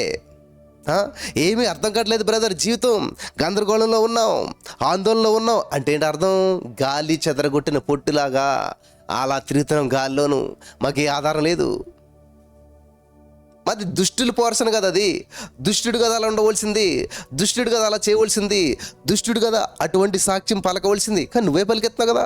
ఏమో బ్రదర్, ఏం అర్థం కావట్లేదు, గందరగోళంలో ఉన్నది, అయోమయంలో ఉన్నది, ఆందోళనలో ఉన్నది, ఏం తెలియట్లేదు అని మాట్లాడే మాటలన్నీ ఎవరు తెలుసా? వాక్యం లేనటువంటి వారు మాట్లాడతారు, వాక్యం బేస్ లేనటువంటి వారు మాట్లాడతారు, వాక్యం మీద ఆధారపడినటువంటి వారు మాట్లాడతారు, దేవునిలో కనెక్ట్ అవునటువంటి వారు మాట్లాడతారు. బ్రదర్, మరి మేమే కదా అలా మాట్లాడుతున్నాం. అదే నేను చెప్తున్నాను, ఈ రోజు నుంచి మార్చుకో. ఈ రోజు నుంచి యొక్క ఆలోచన విధానాన్ని దేవుని మీద మళ్ళించు, వాక్యాన్ని పట్టుకో. హల్లెలూయా. ప్రభా, దేవరాత్రిని ధ్యానించమన్నావు కాబట్టి నేను సమస్యని చూడను, నాకు వచ్చిన నష్టాన్ని చూడను, నేను ఫెయిల్ అయిన మ్యాచ్ని చూడను, నేను కోల్పోయినటువంటి ఆ వ్యాపారాన్ని చూడను, నిన్ను చూస్తాను యేసయ్యా.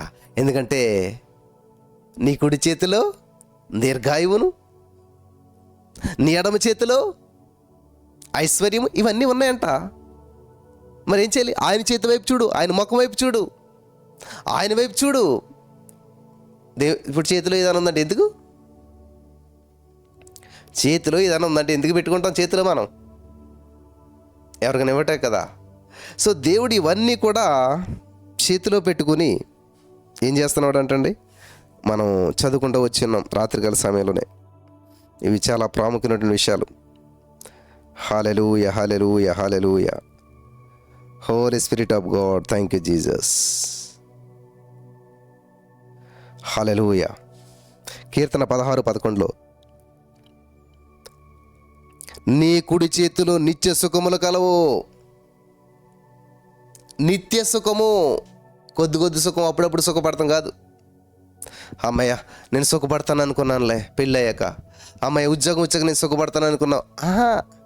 ఉద్యోగం వచ్చే సుఖం రాకపోతే కష్టం, ప్రమోషన్ వచ్చాక సుఖం, లేకపోతే ఇది అట్లా లేదు ఇక్కడ. నిత్యము సుఖమే. ఎక్కడ? దేవుని చేతిలో. అంటే మరి ఏం చేయాలి?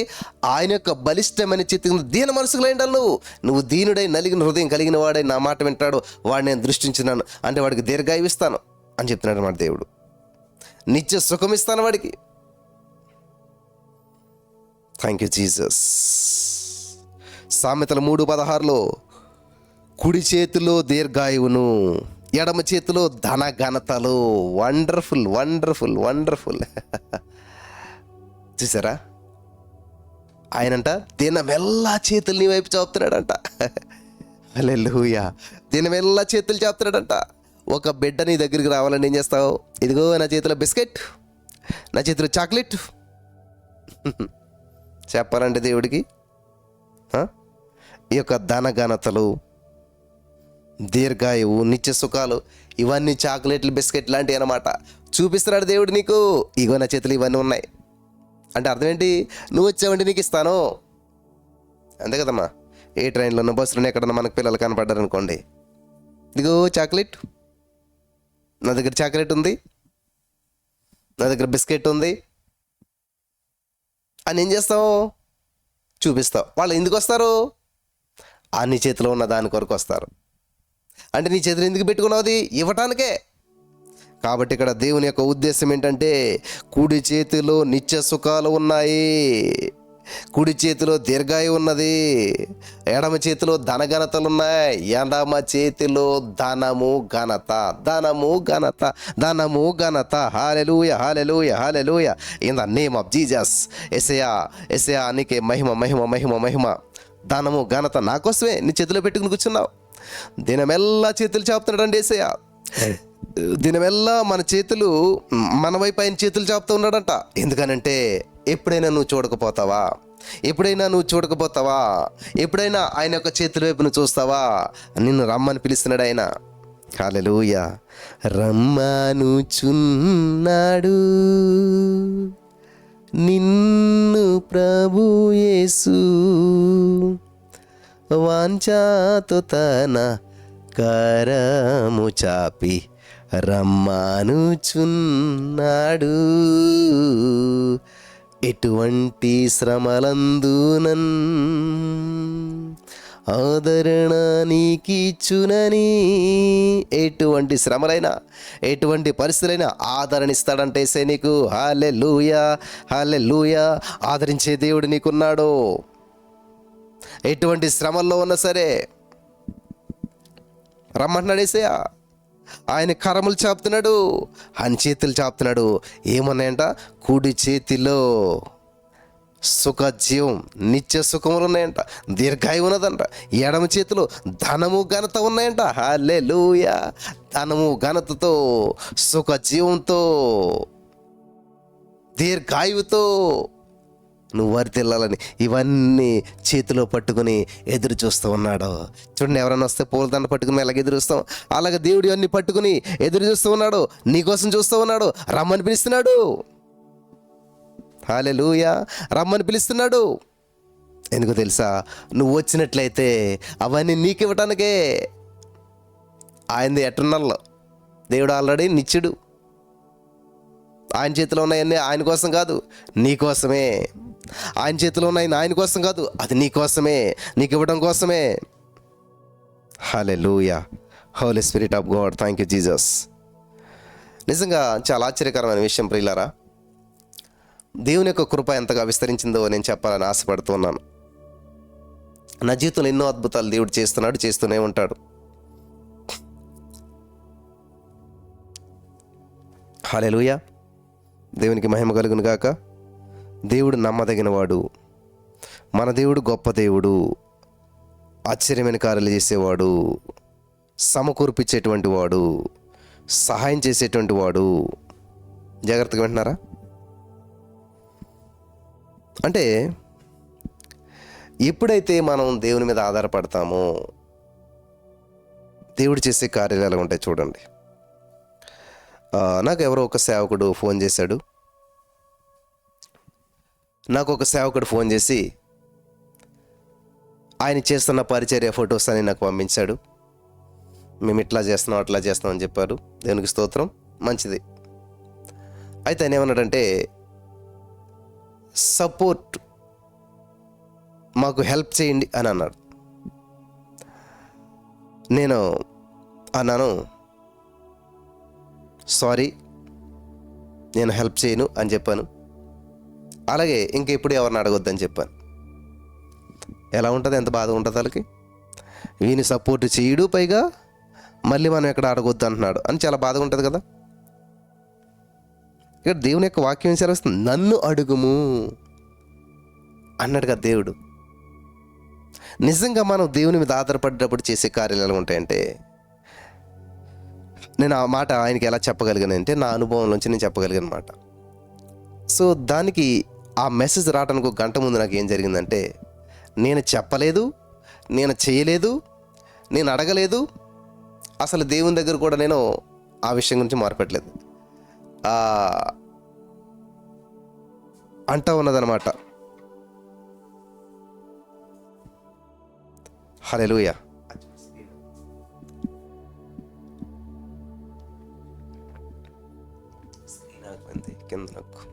హల్లెలూయా. దేవుని యొక్క కార్యాలు ఎలా ఉంటాయి చూడండి. ఎవరో ఒకరు ఫోన్ చేస్తారు, బ్రదర్ దేవుడు మిమ్మల్ని బ్లెస్ చేయమన్నాడు, గ్రోసరీస్ ఇవన్నీ తీసుకుని వెళ్ళిమ్మన్నాడు అని చెప్తూ ఉన్నారు. చాలా ఆశ్చర్యం అనిపించింది నాకు. సరే, దేవుడు మీకు ప్రేరేపిస్తే చేయండి ఖచ్చితంగాను.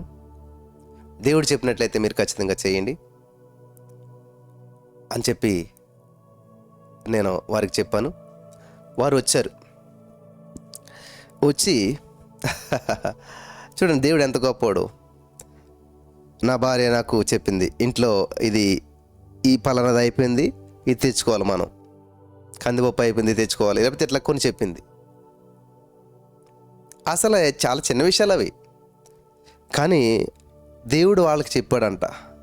ఒక సిస్టర్కి చెప్తే ఆమె ఏం చేసింది, అన్నీ కూడా ప్యాక్ చేసుకొని, రైస్, దాల్ అంటే పప్పు, పిల్లలకి బిస్కెట్లు, ఎవ్రీథింగ్ ప్యాక్ చేసుకొని ఆమె ఇంటికి వచ్చి పైకి తెచ్చి ఇంకో ఇద్దరు వేసుకుని వచ్చి మొత్తం వచ్చి అక్కడ పెట్టేసి ఒక 5 నిమిషాలు కూర్చుని ప్రేయర్ చేయించుకుని వెళ్ళిపోయారు. హల్లెలూయా. నేను ఈ విషయాన్ని ఎందుకు చెప్తున్నానంటే ప్రియులారా, జాగ్రత్తగా వినాలని. ఎందుకు చెప్తున్నానంటే, మేము అడగలేదు, దాని గురించి మొరపెట్టలేదు, ప్రార్థన చేయలేదు, మాకున్న అవసరతని అనేక మందికి మేము చెప్పలేదు, ఇటువంటి పరిస్థితిలో మాకు ఇది కావాలని చెప్పి మేము అడగలేదు అసలేం.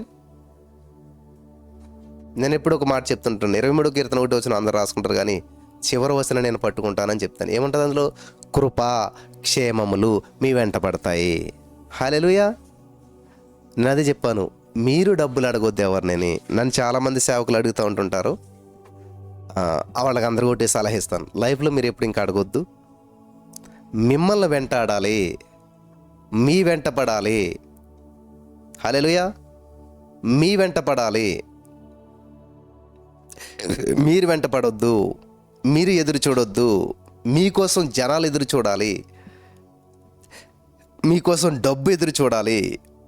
అరే మీకు ఇస్తే ఆశీర్వాదము, మీకు ఇస్తే వాళ్ళకి ఫలితము అనేటువంటి ఆలోచన దేవుడు పుట్టిస్తాడు. కాబట్టి మీరు ఏ మూలలో కూర్చున్నా అడవిలో పట్టుకెళ్ళి బెల్లం కడిస్తే అక్కడే చీమలు వెళ్ళిపోతాయి కదా.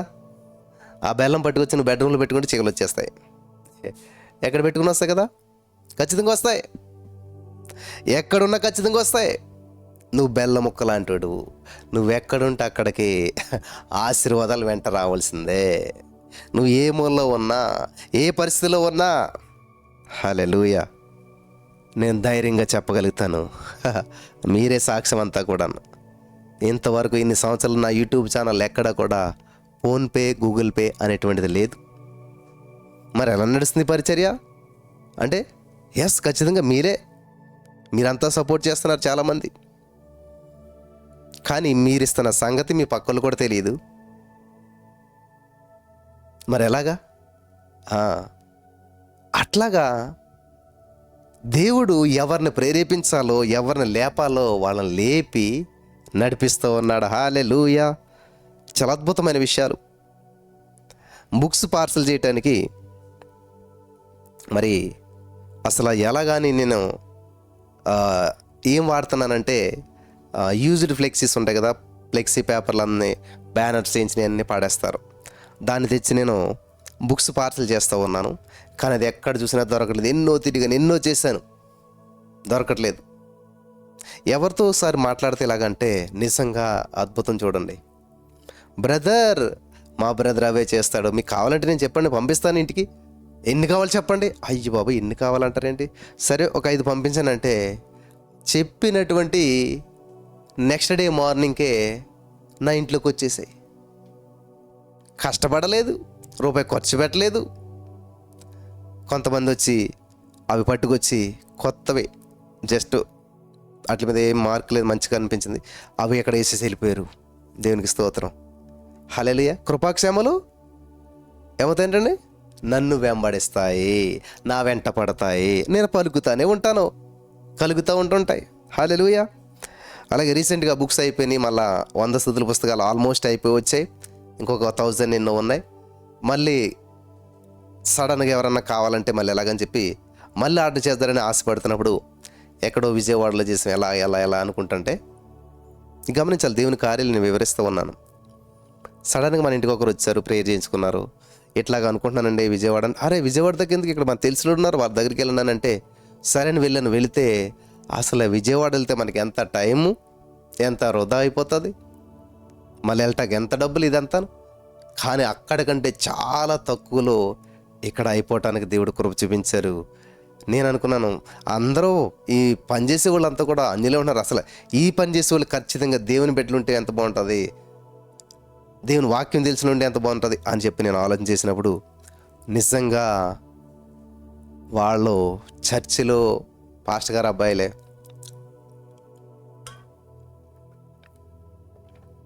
మరి పని చేయటం, వాళ్ళే ప్రెస్ ఉన్నట్టు చాలా ఆశ్చర్యమైన విషయాలు. ఇలాగ ఎన్నో అద్భుతమైనటువంటి విషయాలని పరిశుద్ధాత్ముడు మా జీవితంలో చేస్తున్నప్పుడు ఎంత అద్భుతంగా అనిపిస్తుంది కదా. కృపాక్షేమలు నాకు ఏమీ తెలియదు అసలేని, కానీ ఆశ ఉన్నది. ప్రభా ఇలాంటి వాళ్ళు ఉంటే బాగుంది, ఇలాంటి వాళ్ళు వస్తే బాగుంది, ఇలాంటి కాంటాక్ట్ వస్తే బాగుంది అనుకుంటుంటే ఆశపడే ప్రాణాన్ని దేవుడు తృప్తిపరుస్తూ ఉన్నాడు. అద్భుతంగా దేవుడు తోడుకొస్తూ ఉన్నాడు. నువ్వు పరుగులు తీయవలసిన అవసరం లేదు, నువ్వు వెతుక్కోవలసిన అవసరం లేదు. చాలామంది ఇలాగ అంటుంటారు అన్నమాట, ఎక్కడ వస్తుంది బ్రదర్ అలాగా, ఎందుకు వస్తుంది అసలేని, నువ్వు నమ్ముతున్నావు అది రాదని. నీకు రాదు, నేను నమ్ముతున్నాను ఏదైనా సరే నా దగ్గరికి వస్తుందని, నాకు జరుగుతుంది. నీ నమ్మకి చెప్పినా నీకు జరిగింది కాక అంటున్నాడు దేవుడు. కాబట్టి నువ్వేం నమ్ముతున్నావు, రాదని నమ్ముతున్నావు, అది నీకు రావట్లేదు. నేనేం నమ్ముతున్నాను, ఏదైనా సరే నా కాళ్ళ దగ్గరికి వస్తుంది, ఏదైనా సరే నన్ను వెంబడిస్తుంది, అది డబ్బు అయినా మనుషులైనా ఏదైనా సరే నా దగ్గరికి వస్తుంది. ఆమేన్, హల్లెలూయా. అంతే, నేను నమ్ముతున్నాను, నేను పలుకుతున్నాను, అది కలుగుతున్నది. హల్లెలూయా. పలికితే కలగటం, పలికితే కలగటం, వెరీ పవర్ఫుల్. దేవునికి స్తోత్రం కలుగును కాక. పలికితే కలగటం వెరీ వెరీ పవర్ఫుల్. కాబట్టి నువ్వు పలుకు, కలుగుతుంది. ఏం పలుకుతున్నావు? ఏమో బ్రదర్, ఎప్పుడు చూసినా ఇంతే పరిస్థితి, ఇదే జీవితం, అసలు పెళ్ళి అవుతుందో లేదో తెలియట్లేదు, అసలు ఉద్యోగం వస్తుందో లేదో తెలియట్లేదు, అసలు మా ఆయన మారుతాడో లేదో తెలియట్లేదు, ఇదే పలుకుతున్నారు. అంటే నువ్వేం నమ్ముతున్నావు? లోపల నీ యొక్క మనసులో నీ విశ్వాసం లెవెల్ అలా ఉంది, నువ్వు అది నమ్ముతున్నావు. ఎంత చేసి నేను ఎక్కడ మారుతాడులే, నాకున్న జ్ఞానంతో నేను ఎక్కడ ఉద్యోగం సంపాదించాలే, ఇప్పుడు నాకున్న పరిస్థితిలో నాకు పెళ్ళి ఎక్కడ అవుతుందిలే అని మనసులో అనుకుంటున్నావు. కానీ బయటికి ఏంటి, ప్రార్థన చేయండి నాకు పెళ్ళి అవ్వాలని, ప్రార్థన చేయండి నాకు ఉద్యోగం రావాలని, ప్రార్థన చేయండి అని చెప్పి బయటికి చెప్తున్నావు. కానీ లోపల నీ పరిస్థితి నువ్వు చూసుకుంటున్నావు, నీ సిచ్యువేషన్ నువ్వు చూసుకుంటున్నావు. ఎన్నో వచ్చాయి, సెట్ అవ్వేంటి, ఇది కూడా అంతే. అని ఆల్రెడీ రాబోయేదాన్ని కూడా నువ్వేం చేస్తున్నావు అంటే జరిగిన దాన్ని బట్టి దీన్ని కంపేర్ చేసి ఇది కూడా అలా జరుగుతుందని చెప్పి నువ్వేం చేస్తున్నావు? నేను దేనికైతే భయపడ్డానో అదే నా మీదకి వస్తూ ఉన్నదని అంటాడు కదా యోబు గారు. అలాగే నేను దేనికైతే భయపడుతున్నానో, ఏదైతే జరుగుతుంది అనుకున్నానో, ఏదైతే అలాగ అవుతుందని అనుకున్నానో, లేకపోతే ఇలా అనుకున్నానో అదే జరిగింది. వింటాం కదా కొన్ని మాటలు మనం. అయ్యో అసలే అలాగ అనుకున్నాను నేను, కానీ ఇలాగా చాలా చాలా ప్రయత్నం చేశాను, అది అలాగ అవ్వకూడదని చెప్పి ఇలా అదే జరిగిపోయింది. హల్లెలూయా. అలా జరగకూడదు ఇలాగని కాకుండా in the name of Jesus, thank you lord ఇలా చేసావు, థ్యాంక్ యూ జీసస్ ఇలా చేసావు అని ఎందుకు ఫైనల్ చేయకూడదు? వెరీ పవర్ఫుల్ ప్రియులారా. ఈరోజు వర్తమానం మీరు ఖచ్చితంగా పదే పదే పదే పదే పదే పదే వింటే మీ ఫలితాలు వేరేగా ఉంటాయి. కాబట్టి కుడి చేతిలో దీర్ఘాయువు, ఎడమ చేతిలో ధనఘనతలు. ఇంకెందుకు పరిగెడుతున్నావు అసలని? డబ్బులు లేవు బ్రదర్, డబ్బులు లేవు, డబ్బులు లేవు, డబ్బులు లేవు, డబ్బులు లేవు, డబ్బులు లేవు, ఆర్థిక సమస్యలు అంటే దేవుని చేయి నువ్వు పట్టుకోలేదని అర్థం.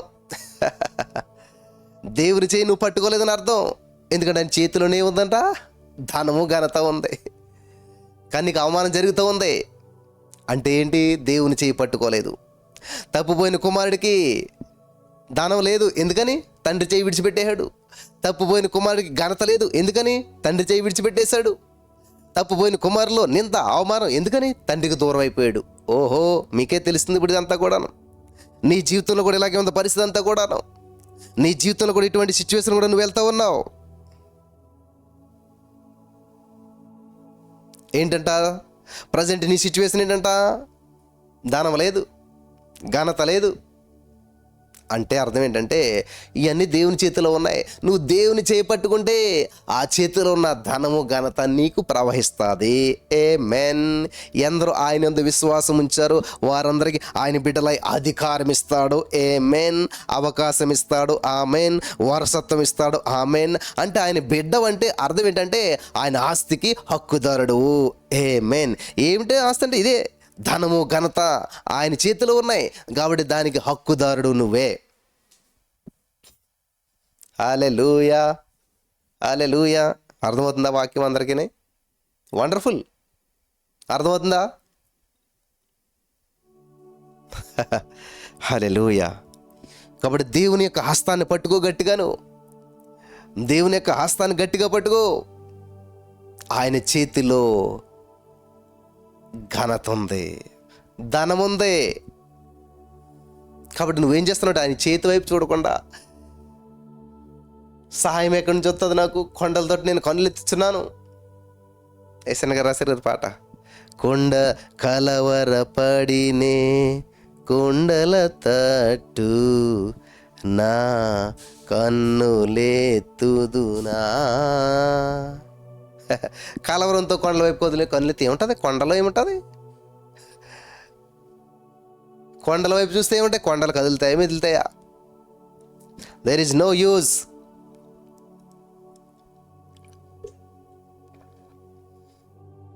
కొండల వైపు చూస్తే ఉపయోగం లేదు. హల్లెలూయా. ఆ కొండలను సృష్టించిన కరుణామయుడని దేవుని వైపు చూస్తే కనికరము, ప్రేమ, అద్భుతము, ఆశ్చర్యము. ఆయన చేతుల వైపు చూస్తే, ఆయనకి షేక్ హ్యాండ్ ఇస్తే, ఆయన హత్తుకుంటే, కుమారుని ముద్దు పెట్టుకునేది లేని ఎడల ఆయన కోపగిస్తాడంట. ముద్దు పెట్టుకో, హత్తుకో, అద్భుతాలు చూస్తావు, నువ్వు ఆశ్చర్యమైన కార్యాలను చూస్తావు. Mighty miracles in the name of Jesus. హల్లెలూయా. గొప్ప గొప్ప అద్భుతాలు నీ జీవితంలో స్వతంత్రించుకోగలుగుతావు. ఆశ్చర్యమైన కార్యాలను స్వతంత్రించుకోగలుగుతావు. Thank you Jesus. Mighty miracles in the name of Jesus. హల్లెలూయా. Mighty miracles in the name of Jesus.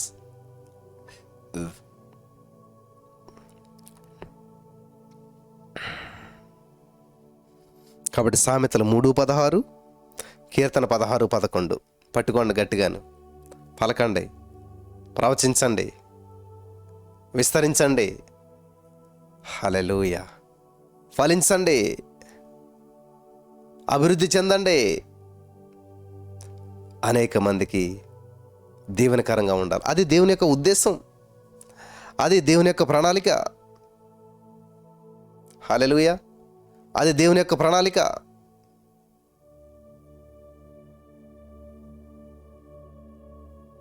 Hallelujah, thank God. ఎంతో అద్భుతమైన సత్యాలు ఈరోజు నేర్చుకున్నారు మీరు. ఈ యొక్క వర్తమానం పదే పదే పదే పదే పదే పదే పదే పదే పదే వింటే ఏమవుతుందో తెలుసా? నువ్వు ఫలిస్తావు, నువ్వు విస్తరిస్తావు, నీ అభివృద్ధిని ఎవరు ఆటంకపరచలేరు. హల్లెలూయా, అతడు చేయనిదంతా సఫలమవుతుంది. దేవునికి స్తోత్రం. చేసేది అంతా సఫలమవుతుంది అంటండి.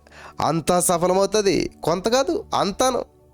నువ్వు చేసేదంతా సఫలమవుతుంది. దేవుని యొక్క ఉద్దేశం అన్ని విషయాల్లో వర్ధిల్లాలి, విస్తరించాలి, ఫలించాలి, నువ్వు బాగుపడాలి, పైకి రావాలి. అది దేవుని యొక్క ఉద్దేశం. ఆమేన్, ఆమేన్, హల్లెలూయా, ఆమేన్. కాబట్టి ఇక్కడ దేవుని కుడి చేతిలో నిత్య సుఖాలను బ్రదర్. ఎప్పుడు కష్టమే బ్రదర్, ఎప్పుడు బాధలే బ్రదర్, ఎప్పుడు వేదనే బ్రదర్, ఎప్పుడు కూడా అంటే నువ్వు దేవుని చేపట్టుకున్నావా?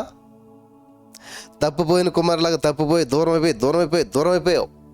తండ్రికి మాత్రమే దూరం అవ్వలేదు, అక్కడ శాంతికి దూరం అయిపోయాడు, సమాధానానికి దూరం అయిపోయాడు, సమృద్ధికి దూరం అయిపోయాడు, సహవాసానికి దూరం అయిపోయాడు, అన్నిటికి దూరం అయిపోయాడు. ఎవరు? తప్పిపోయిన కుమారుడు అన్నిటికి దూరం అయిపోయాడు. ఈరోజు నీ మాటలు వెంటనే ప్రియమైనటువంటి సహోదరి, స్నేహితులారా, యేసయ్య నీతోటే మాట్లాడుతున్నాడు. ఈ రోజున నీ జీవితంలో సర్వ సమృద్ధి ఉండాలంటే దేవునికి దగ్గరగా ఉండాలంటే దేవుని యొక్క వాక్యానికి దగ్గరగా ఉండాలి. అంటే దేవుని యొక్క వాక్యం లోతుల్లోకి నువ్వు నడిపించబడాలి. నీటి కాలువలు నాటబడతావు అంటే ఏంటంటే సమృద్ధైన వాక్యం లోనికి నువ్వు నాటబడాలి. సమృద్ధైన వాక్యం లోనికి నువ్వు వేర్లు నాటుకోవాలి. ఆ వాక్యంలో ఉన్నట్టు మధురాన్ని చురుకోవాలి, ఆ వాక్యాన్ని స్వీకరించాలి. హల్లెలూయా, దేవునికి స్తోత్రం. మీకు ఇచ్చిన ఆసక్తిని బట్టి మరి అనేక వందల వేల మంది ఈ యొక్క వాక్యం వింటూ ఉన్నారు, బలపరచబడుతూ ఉన్నారు, వారి జీవితంలో అద్భుతాలు చూస్తూ ఉన్నారు.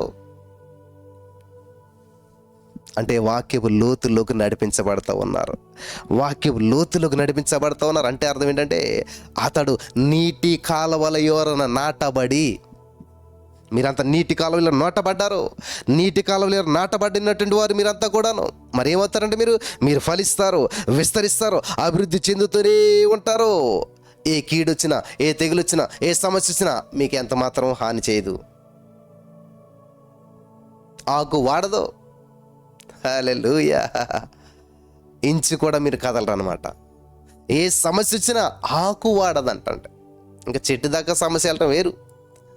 ఆకే వాడనప్పుడు ఇంకా దానికి ఏమి ఇబ్బంది అవుతుంది? చెట్టు ఎప్పుడు చచ్చిపోతుంది?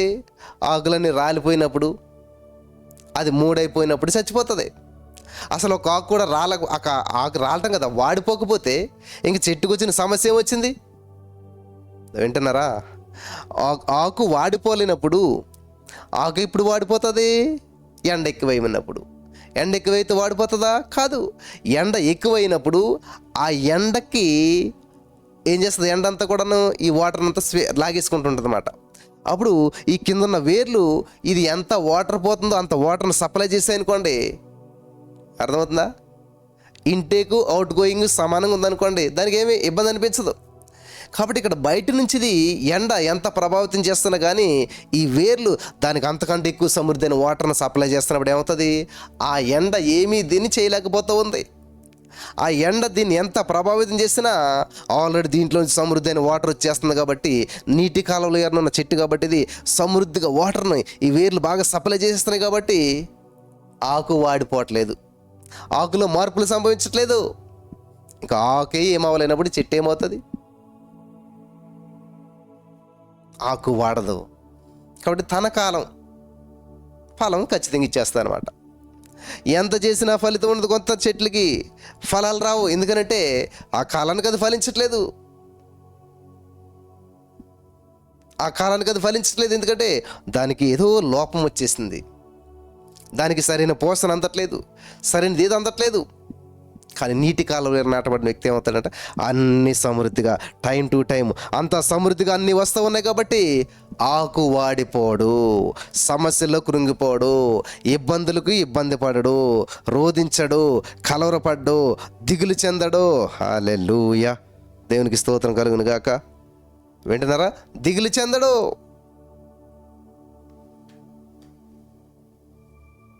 మరేం చేస్తాడు? ఫలిస్తాడు. చూడండి, వాడిపోటకు బదులు ఫలిస్తాడు. ఆకు వాడక ఫలమిచ్చే చెట్టు. చూడండి ఎంత అద్భుతంగా ఉన్నదో. ఒక సమస్య, కరోనా సమస్య చూసుకుందాం. కరోనా వైరస్ వచ్చినప్పుడు ఏం చేశారు? చాలామంది చనిపోయారు, చాలామంది నష్టపోయారు, చాలామంది ఆస్తులు అమ్ముకున్నారు, చాలామంది మరి వాళ్ళ దగ్గర నేను కోల్పోయారు. అర్థమైందా? అదే టైంలో చాలామంది ఫలించారు, చాలామంది విస్తరించారు, చాలామంది సంపాదించారు, చాలామంది బాగుపడ్డారు. చూస్తారా? రెండు రకాల ప్రజలు. ఒక పాండమిక్ సిచ్యువేషన్ వచ్చినప్పుడు చాలామంది నష్టపోయారు, అదే పాండమిక్ సిచ్యువేషన్ వచ్చినప్పుడు చాలామంది బాగుపడ్డారు, చాలామంది ఫలించారు, అంటే చాలామంది అభివృద్ధి చెందారు, చాలామంది నష్టపోయారు. ఇంతకీ మీరు ఏ కోవకు చెందినవారు? నష్టపోయిన వారా, ఫలించిన వారా? నష్టపోయిన వారా, కోల్పోయిన వారా, పొందుకున్నవారా? ఒకే సిచ్యువేషన్ ఇద్దరిని రెండు విధాలుగా చేసింది. ఒకరిని బాగుపడేలా చేసింది, ఒకరిని నష్టపోయేలా చేసింది. మీరు ఏ కోవకు చెందినవారు? నష్టపోయిన కోవలో ఉన్నారా?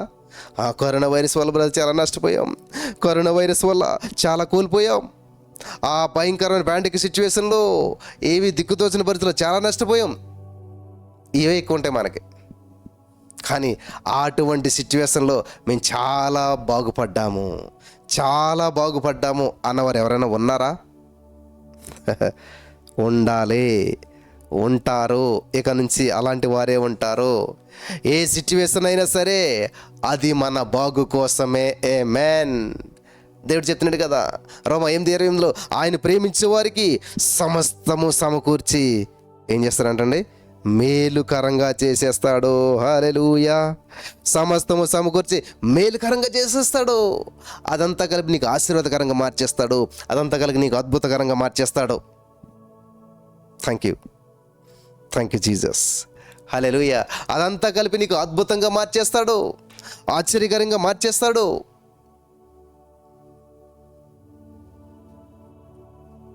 నష్టంగా ఎంచాడు దేవుడు, లాభంగా మారుస్తాడు.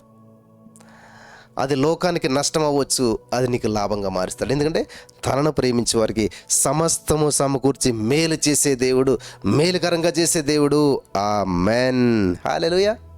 నమ్ముతున్నావా? ఈ వాక్యం వింటా ఉన్నావు, యూజువల్గా వింటున్నావేమో. నువ్వు చాలా జాగ్రత్తగా వినాలి. ఈ యొక్క వాక్యంలో సత్యం ఉంది, జీవం ఉంది, అభివృద్ధి ఉంది, నీ పరిష్కారం ఉంది, నీ సమస్యకు, నీ అప్పుల నుంచి విడుదల ఉంది, నీ రోగం నుంచి విడుదల ఉంది. వాక్యం సత్యం తెలియనంతకాలం నువ్వు ఏ సమస్యను జయించలేవు, ఏ సమస్య నుంచి నువ్వు బయటపడలేవు. హల్లెలూయా. బైబిల్ గ్రంథం అనేటువంటిది ఒక పేపర్ మీద రాయబడిన అక్షరాలు అనుకుని మీరు అనుకోవద్దు. ఏదో ఒక చిన్న విషయం అని మీరు అనుకోవద్దు. బైబిల్ గ్రంథం అనేటువంటిది చాలా చిన్న విషయం అని మీరు అనుకోవద్దు. బైబిల్ గ్రంథంలో ఉన్నటువంటి సత్యాన్ని మీరు గ్రహించాలి. నీ ప్రతి సమస్యకు సొల్యూషన్ అందులో ఉంది, నీ ప్రతి బంధకానికి విడుదల అందులో ఉంది. Thank you Jesus. అదే కదా, అసలు దాన్ని పట్టుకోవడం మానేసి అన్నీ పట్టుకుంటారు మీరు. దాంతో సమయం గడపడం మానేసి దేవునితో. చూడండి, ఆల్ నైట్ ప్రేయర్ అంటే ఎంతమంది ఉంటారు? అసలు పోను ఉన్నా కానీ వాక్యం అయ్యేదాకుంటారు, మళ్ళీ నిద్రపోతారు. కొద్ది సమయం ఉంటారు, హాఫ్ నైట్ చేస్తారు. 12 అయితే కనిపించరు మళ్ళీ చాలామంది. ఆల్ నైట్ అంటే సంపూర్ణ చేయి. దేవుడు చెప్తాడు కదా, తండ్రి నువ్వు నాకు అప్పగించిన పని నేను పరిపూర్ణంగా చేసి ముగించాను. చెప్పగలుగుతావు ఈ సాక్ష్యం? చదువుదామా? యోహాను సువార్త 17:4 ఈ మాట రాయబడి ఉంది. చదువుదాం మనం. యోహాను సువార్త 17:4 మీరు చదివినట్లయితే అక్కడ దేవుడు చెప్తుండే, యేసుప్రభువు, చేయుటకు నీవు నాకు ఇచ్చినటువంటి పనిని నేను సంపూర్ణంగా నెరవేర్చి భూమి మీద నేను మహిమ పరిచితిని. అని చెప్పి యేసుప్రభు వారు తండ్రిని దేవునికి ప్రార్థన చేస్తున్నాడు. భూమి మీద నీవు నాకు అప్పగించిన పని పరిపూర్ణంగా, వండర్ఫుల్ గాడ్, హల్లెలూయా హల్లెలూయా, పరిపూర్ణంగా నెరవేర్చి నిన్ను మహిమపరిచాను. పరిపూర్ణంగా నెరవేర్చి, పరిపూర్ణంగా, అసంపూర్ణంగా కాదు, పరిపూర్ణంగా. హల్లెలూయా. దేవుని యొక్క వాక్యములో సత్యాన్ని గ్రహిస్తుంటే మనసు ఉప్పొంగుతుంది ప్రియులరా. కాబట్టి దేవుడు నీకు అప్పగించిన పనిని, బాధ్యతను పరిపూర్ణంగా చేస్తున్నావా? ఇప్పుడు చూడండి, చాలా ఆల్నైట్లు మరి అనేక మంది మ్యూజిషియన్స్, ప్రజలు, పాటలు పాడేవాళ్ళు, అదంతా అంతమందితో కలిపి చేయటం వేరు, ఒక్కడ ఉండి చేయటం వేరు. హల్లెలూయా. ఒక్కరుండి చేయటం వేరు. హల్లెలూయా. అన్ని విషయాల్లో మనం వర్ధిల్లాలి, అన్ని విధాలుగా మనం ఉండాలి. అందరూ నన్ను విడిచినా అని పాట పాడతాను. ఈ రోజున ఈ యొక్క సంపూర్ణ రాత్రి ప్రార్థనలో అందరూ నిద్రపోయి నువ్వు ఉండగలుగుతావా? అందరూ వెళ్ళిపోయి నువ్వు ఉండగలుగుతావా? అది ఛాలెంజింగ్ అంటే. నిర్ణయం తీసుకోవాలి. ఎవరు ఏమైనా సరే ప్రభు నేను ఉంటాను. ఎందుకంటే దేవునికి నాకు మధ్య తీర్మానం ఇది. హల్లెలూయా, థ్యాంక్ యూ జీసస్. సరే, కొంచెం చూపు చూద్దాం ఎలా ఉంటుందను. ఏం బోర్ కొడుతుంది కదా, ఏముంటాం, ఎంత చూపని వాక్యం వింటాం. కొంచెం మ్యూజిక్ ఉండి, కొంచెం పాటలు ఉండి, ఇలా ఉంటే కొంచెం మనసుకు మంచిగా ఉంటే ఉందాం. హల్లెలూయా. మనసుకు మంచిగా ఉంటే కాదు ఉండేది, నీ మనసు మంచిగా అవ్వాలంటే ఉండాలి. మంచిగా ఉంటాం కాదు, ఉంటే మంచిగా అవుతుంది. దేవునికి స్తోత్రం కలుగును గాక. కాబట్టి దేవుడు నీకు ఇచ్చిన పనిని పరిపూర్ణంగా, అసంపూర్ణంగా కాదు, అర్ధరాత్రి వరకు కాదు, హాఫ్ నైట్ చేసి ఇది హాఫ్ నైట్ అనుకోవటం కాదు. చేసేదేమో హాఫ్ నైటు, చెప్పుకునేదేమో సంపూర్ణ రాత్రి ప్రార్థన. ఏం సంపూర్ణం చేసావు? సంపూర్ణం చేసావా? పరిపూర్ణం చేసావా? సగమే. వాక్యం అయిపోయినట్టే అంతే వెళ్ళిపడుకుంటాం మంచం మీద, అయిపోయింది. కానీ ఆల్రెడీ ప్రేయర్లో ఉన్నాను రేపు రాత్రి అంటారు. ఆల్రెడీ ప్రేయర్లు ఎక్కడ ఉన్నాను? ఏదో వాక్యం విన్నానంటే సరిపోతుంది. ఏదో వాక్యం చెప్పిన గంట సేపు ఉన్నాను, అంతే అయిపోయింది. కానీ ఆల్రెడీ ప్రేయర్ చేశాను రాత్రి. ఎవరి కోసం చేసావు? ఇది నీ కోసం, నీ యొక్క అభివృద్ధి కోసం,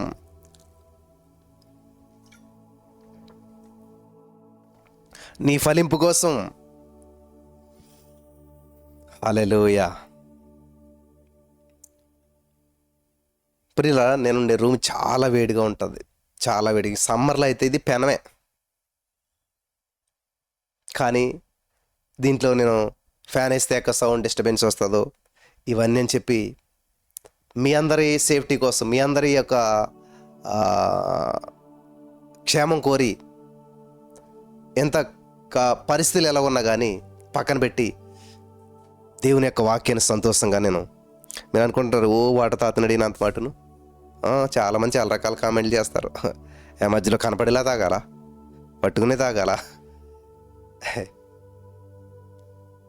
వాక్యాన్ని గ్రహించకుండా ఇట్లాగా ఆ ఎడం చేతితో పట్టుకోవాలి, మైకి కుడి చేతితో పట్టుకోవచ్చు కదా, నిదానంగా పట్టుకోవచ్చు కదా, ఇట్లాగా ఎన్నో చూస్తూ ఉంటుంటారు. నువ్వు సత్యాన్ని గ్రహించిన రోజున స్వతంత్రుడిగా జీవిస్తావు. హల్లెలూయా.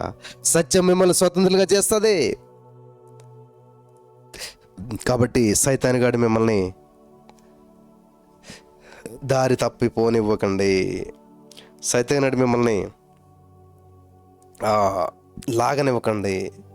సైతానుగాడు మిమ్మల్ని పక్కకు లాగనివ్వద్దు. మీ మనసుని డైవర్ట్ చేయనివ్వద్దు. కేంద్రీకరించండి, వాక్యం మీద కేంద్రీకరించండి, దేవుని మీద కేంద్రీకరించండి. ఎవరిని మనసు నా మీద అనుకుంటుందో వాడు పూర్ణ శాంతి కలవాడిని అంట. అబ్బా, దేవుడికి పూర్ణం అంటే ఇష్టం అండి. పూర్ణం అంటే పూర్తిగా, కంప్లీట్. అన్కంప్లీట్ అంటే అసలు ఇష్టం ఉండదు. అసంపూర్ణం అంటే అసలు ఇష్టం ఉండదు. కాబట్టి మీలో చాలామంది అసంపూర్ణమైన పనులు చేస్తారు. దేవుని వాక్యం అంతంత మాత్రమే వింటారు, అసంపూర్ణంగా వింటారు, అసంపూర్ణంగా చేస్తారు. కానీ దేవుడు సంపూర్ణుడు, ప్రేమాపూర్ణుడు. దేవుడికి సంపూర్ణంగా ఉండడం ఇష్టం, దేవునికి పరిపూర్ణంగా ఉండడం ఇష్టం. హల్లెలూయా.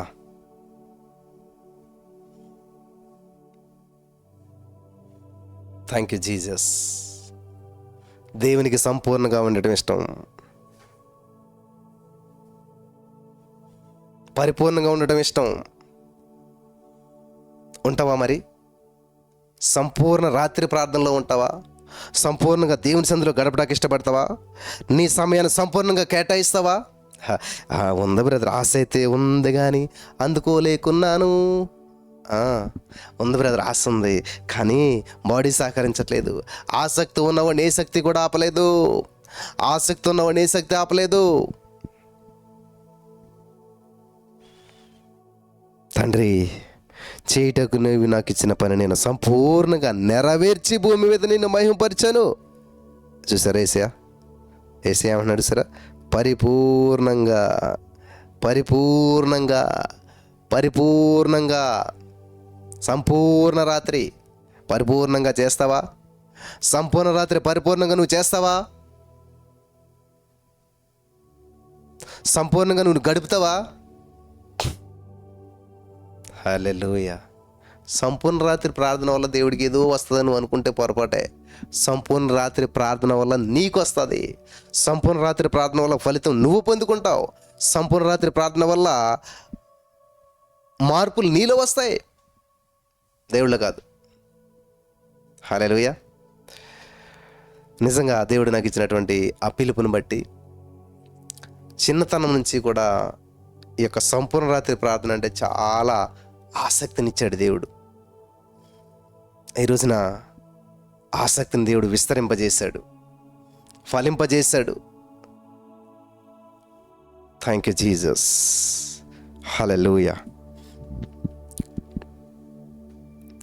ప్రభు కార్యాభివృద్ధి అందు ఎప్పటికీ ఆసక్తులైండడి, ఆసక్తులైండడి. దేవుని కార్యంలో ఆసక్తిని కనపరచండి ప్రియులారా. ఎప్పటికీ in the name of Jesus. Holi spirit of God. బలపరచబడుతున్నారా? వాక్యం సత్యంలో నడిపించబడుతున్నారా? దుష్టులు అలాగూ ఉండక గాలి చెదరగొట్టు పొట్టు వలె ఉందరు. కాబట్టి న్యాయ విమర్శలో దుష్టులను, నీతిమంతుల సభలో పాపులను నిలవరు. నీతిమంతుల మార్గము యెహోవాకు తెలియను, దుష్టుల మార్గము నాశనమునకు నడుపును. ఎంత అద్భుతమైనటువంటి విషయాల్ని ఇక్కడ దేవుడు తెలియజేస్తా ఉన్నాడు. చూసారా ప్రియులరా? హల్లెలూయా. దేవునికి స్తోత్రం కలుగును గాక. మరి ఈ రోజున ఈ యొక్క 1వ కీర్తన ద్వారా నేను అనుకోలేదు ఇలా చెప్తాను ఇది అని అనుకోలేదు. ఏదో దేవారాత్రం అనే ఒక మాట చూసి చూపించి నేను ముందుకు వెళ్ళిపోదాను అనుకున్నాను. హల్లెలూయా, హల్లెలూయా. కానీ ఈ యొక్క 1వ కీర్తనలో చాలా అద్భుతమైనటువంటి విషయాలు పరిశుద్ధాత్మ దేవుడు మనకి తెలియజేస్తూ ఉన్నాడు. మరి దేవుని వాక్యాన్ని ప్రేమించి దాని ప్రకారం జీవించేవాడు ఆశీర్వాదాన్ని అనుభవిస్తాడు. దేవుని యొక్క వాక్యాన్ని ఏం చేయాలంటండి? ప్రేమించు. నిన్నే ప్రేమిస్తున్నాను దేవా, నిన్నే ప్రేమిస్తున్నాను, తల్లి కన్నా నిన్నే ప్రేమిస్తున్నాను. నేను 7వ తరగతిలో ఉన్నప్పుడు పాట ఉండేది మాట. తండ్రి కన్నా నిన్నే ప్రేమిస్తున్నాను, అన్నిటికన్నా నిన్నే ప్రేమిస్తున్నాను, నిన్నే. అదే చెప్తున్నాడు ఇక్కడ. ఎవరైతే దేవుని యొక్క వాక్యాన్ని ప్రేమిస్తారో దాని ప్రకారం జీవించేటువంటి వారు ఆశీర్వాదాన్ని పొందుకుంటారో, ఆశీర్వాదం స్వతంత్రించుకుంటారో. దేవుని వాక్యాన్ని ప్రేమించాలి, దాని ప్రకారం జీవించాలి, ప్రేమించాలి, జీవించాలి. In the name of Jesus. ఈ మాటలు వినిచిన ప్రతి వారి మీదకి అటువంటి అభిషేకం వచ్చి ప్రేమించి జీవించుదురుగాక. ఆమేన్. హల్లెలూయా.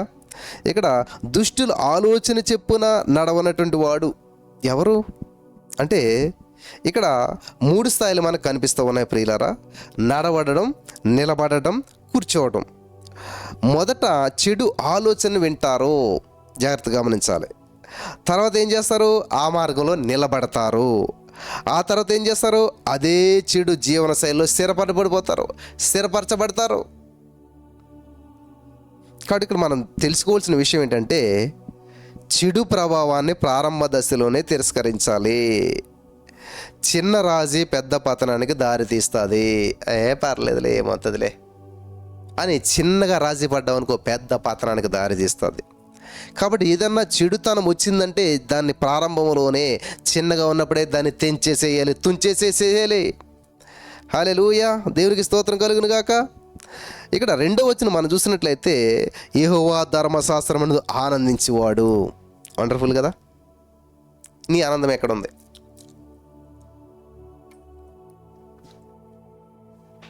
ఈ వాక్యం నుంచి నీ ఆనందం ఎక్కడుంది? నీ ఆనందం వాక్యంలో ఉందని నేను గ్రహిస్తున్నాను. ఎందుకంటే కొంతమందికి హాయిగా ఏసీ వేసుకుని చక్కగా పడుకుంటే హాయిగా నిద్ర పట్టి ఉండేటువంటిది బట్టి కదా. కానీ మీకున్న కంఫర్ట్లన్నీ పక్కన పెట్టారు. యాక్చువల్గా నా యొక్క పరిస్థితి మీకు చెప్పను నేను, కానీ ఈ వెనకంతా కూడా స్వెట్ వచ్చి ఇట్లా ఇట్లా ఇలా ఉన్నాయి. వింటున్నారా? ఇప్పుడు మీరు హాయిగా ఏసీ వేసుకుని చక్కగా సోఫాలో ఉండి వాక్యం ఉందారనుకుంటూ ఉంటారు. కానీ పైరెప్ప కింద రెప్ప నువ్వు బతిమాలేస్తుంటుంది, వచ్చేసి వచ్చేసి వచ్చేసి వచ్చేసి అని. అయినా సరే అట్లా వింటాక ట్రై చేస్తారు. కానీ ఈ పాటల్లో మీకు ఏమవుతుందంటే నా నోట్లోంచి వచ్చిన మాటలన్నీ వెళ్ళిపోతుంటాయి. ఏదో చెప్పాడు. మీరు నమ్ముతారో లేదో కానీ దగ్గరగా 1.5 గంట పైన ప్రసంగం చేసేసాను నేను. ఆల్మోస్ట్ 2 గంటలకు దగ్గరకు వచ్చేసాను. కనుక ఇప్పుడే స్టార్ట్ చేసినట్టు ఉంది. నిలబడేది మనం అంతే, కానీ తర్వాత ఆయన వాడుకుంటాడు, ఆయన మాట్లాడుకుంటాడు. హల్లెలూయా, దేవునికి స్తోత్రం కలుగును గాక. కాబట్టి దీవారాత్రము యెహోవా ధర్మశాస్త్రమునందు ఆనందించేవాడు.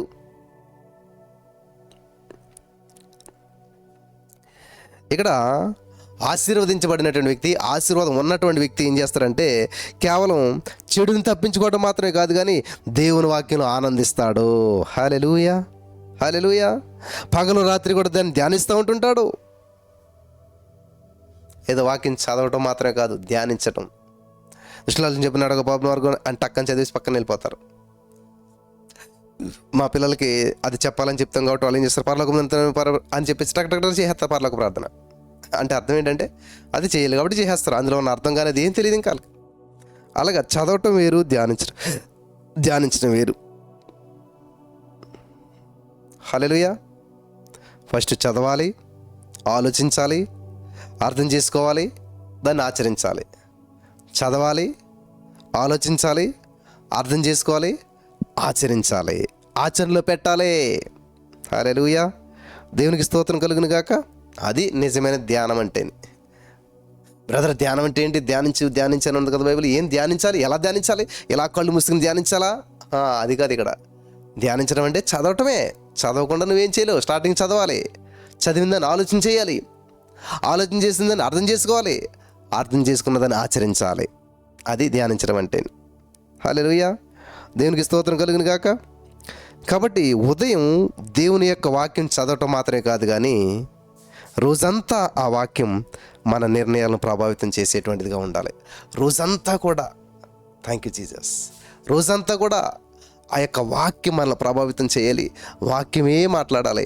హృదయం నిండిన దాన్ని బట్టి నోరు మాట్లాడుతుంది. నీ హృదయం అంతా వాక్యం చేత నింపబడిపోతే వాక్యాలు మాత్రమే మనం మాట్లాడగలుగుతాం. దేవునికి స్తోత్రం కలుగును గాక. హల్లెలూయా. కాబట్టి ఎప్పుడైతే ఉదయం దేవుని యొక్క వాక్యం చదవటం మాత్రమే కాదు, కానీ రోజంతా ఆ వాక్యం మన యొక్క నిర్ణయాలను ప్రభావితం చేయాలని మీరు ఆలోచించాలి. 3వ వచనం చూసినట్లయితే నీటి కాలువల ఎవరు నాటబడిన వాడై, నీటి కాలువల ఎవరు నాటబడిన చెట్టు వలే. అంటే ఇది ఒక అద్భుతమైనటువంటి ఉపమానం అన్నమాట. ఈ యొక్క కీర్తనలో దేవుడు ఒక ఉపమానం చెప్తున్నాడు. సడన్గా చెట్టులోకి వెళ్ళాడు. అంటే ఇక్కడ అర్థం ఏంటంటే ఆ చెట్టుకి ఏముందంట? నీరుంది.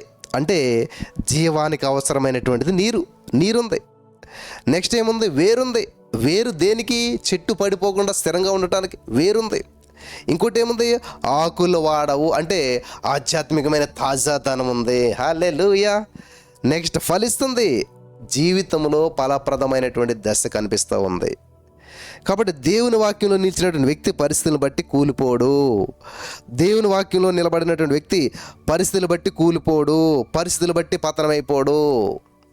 అదే కరోనా వైరస్ వచ్చిన, పాండమిక్ సిచ్యువేషన్ వచ్చిన, భయంకరమైన పరిస్థితులు వచ్చినా ఆ వ్యక్తి కూలిపోడు, ఆ వ్యక్తి పడిపోడు, ఆ వ్యక్తి ఓడిపోడు, ఆ వ్యక్తి నష్టపోడు.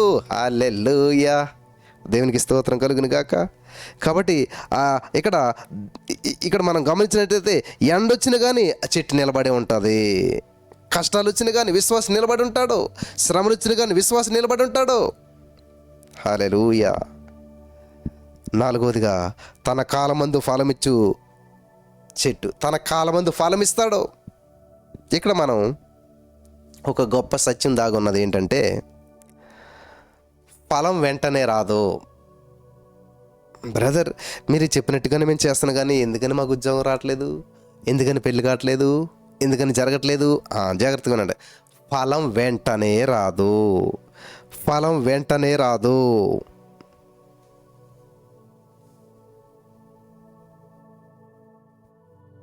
చెట్టు నాటిన వెంటనే ఫలం రాదు కదా.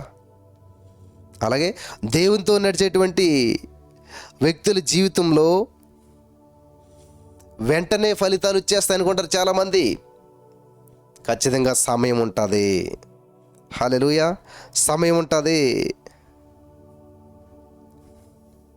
మన పని ఏంటంటే వేలును బలపరచడం. దేవుని పని ఏంటంటే సరైన కాలంలో ఫలింపచేయటం. హల్లెలూయా. మన పని ఏంటంటే వేలును బలపరుచుకోవటం.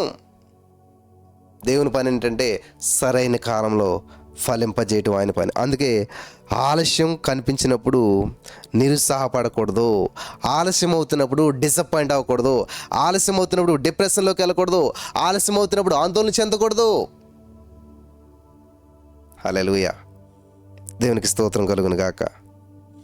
తర్వాత అతడు చేయనిదంతా సఫలమగును.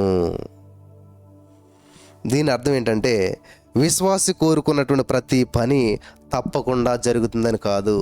విశ్వాసి అనుకున్నదంతా కూడా ఖచ్చితంగా జరిగిపోతుందని కాదు. ఎందుకంటే కొంతమంది అంటారన్నమాట, ఆ అబ్బాయితో పెళ్ళి అవ్వాలి నాకు, కానీ అవ్వలేదు. మరి ఉంది కదా, అతను చేయదంతా సఫలం అవుతుంది అన్నారు కదా. అదిగో పక్కోళ్ళు మమ్మల్ని చాలా ఇబ్బంది పెట్టారు కాబట్టి వాళ్ళు నాశనం అయిపోవాలి. నువ్వు అనుకున్నది అయిపోతుందా? చాలామంది యొక్క ఆలోచన విధానం, అతను చేయనిదంతా సఫలమవుతుంది అంటే నువ్వు కోరుకున్న ప్రతి పని తప్పకుండా జరుగుతుందని కానీ అనుకోవద్దు. దేవుని చిత్తంలో, దేవుని మార్గంలో నడిచే వ్యక్తి జీవితాన్ని దేవుడు ఫలవంతంగా నడిపిస్తాడో, పనికొచ్చే విధంగా నడిపిస్తాడో, ఏది ఫలితమో అది నీకు వచ్చేలా చేస్తాడో. హల్లెలూయా. హల్లెలూయా. దేవునికి స్తోత్రం కలుగును గాక. కాబట్టి దేవుని యొక్క వాక్యం, సరైనటువంటి ఆలోచన, సరైనటువంటి నిర్ణయం, ఫలవంతమైన జీవితం, ఇది వరుస. నెక్స్ట్ దుష్టుల పరిస్థితి చూపిస్తాను. 4వ వచనంలో దుష్టులు అలాగ ఉండరు, వారికి గాలి చెదరగొట్టు పొట్టు వలె ఉంటా ఉన్నారంట.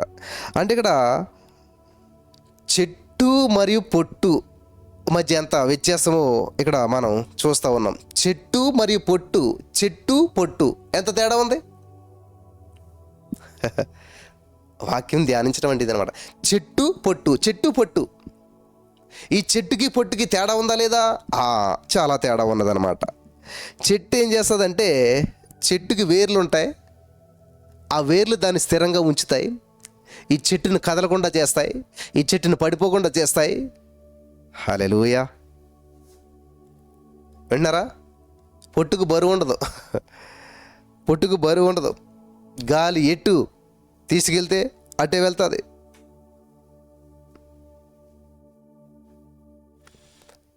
గాలి ఎటు తీసుకెళ్తే అడ్డిపోతుంది. దానికి స్థిరత్వం ఉండదు. చెట్టుకు పొట్టుకు తేడా ఏంటంటే, చెట్టుకు వేరుంది, అది అలాగే స్థిరంగా ఉంటుంది. పొట్టుకు వేరు లేదు, గాలి ఎటు తీసుకెళ్తే అడ్డిపోతుంది అనమాట. అర్థమవుతుందా? అలాగే దీన్ని ఆధ్యాత్మికంగా మనం ఎలాగ అప్లై చేసుకోవాలంటే, దేవుని వాక్యంలో వేరు లేనటువంటి జీవితం కూడా పొట్టు లాంటిదే.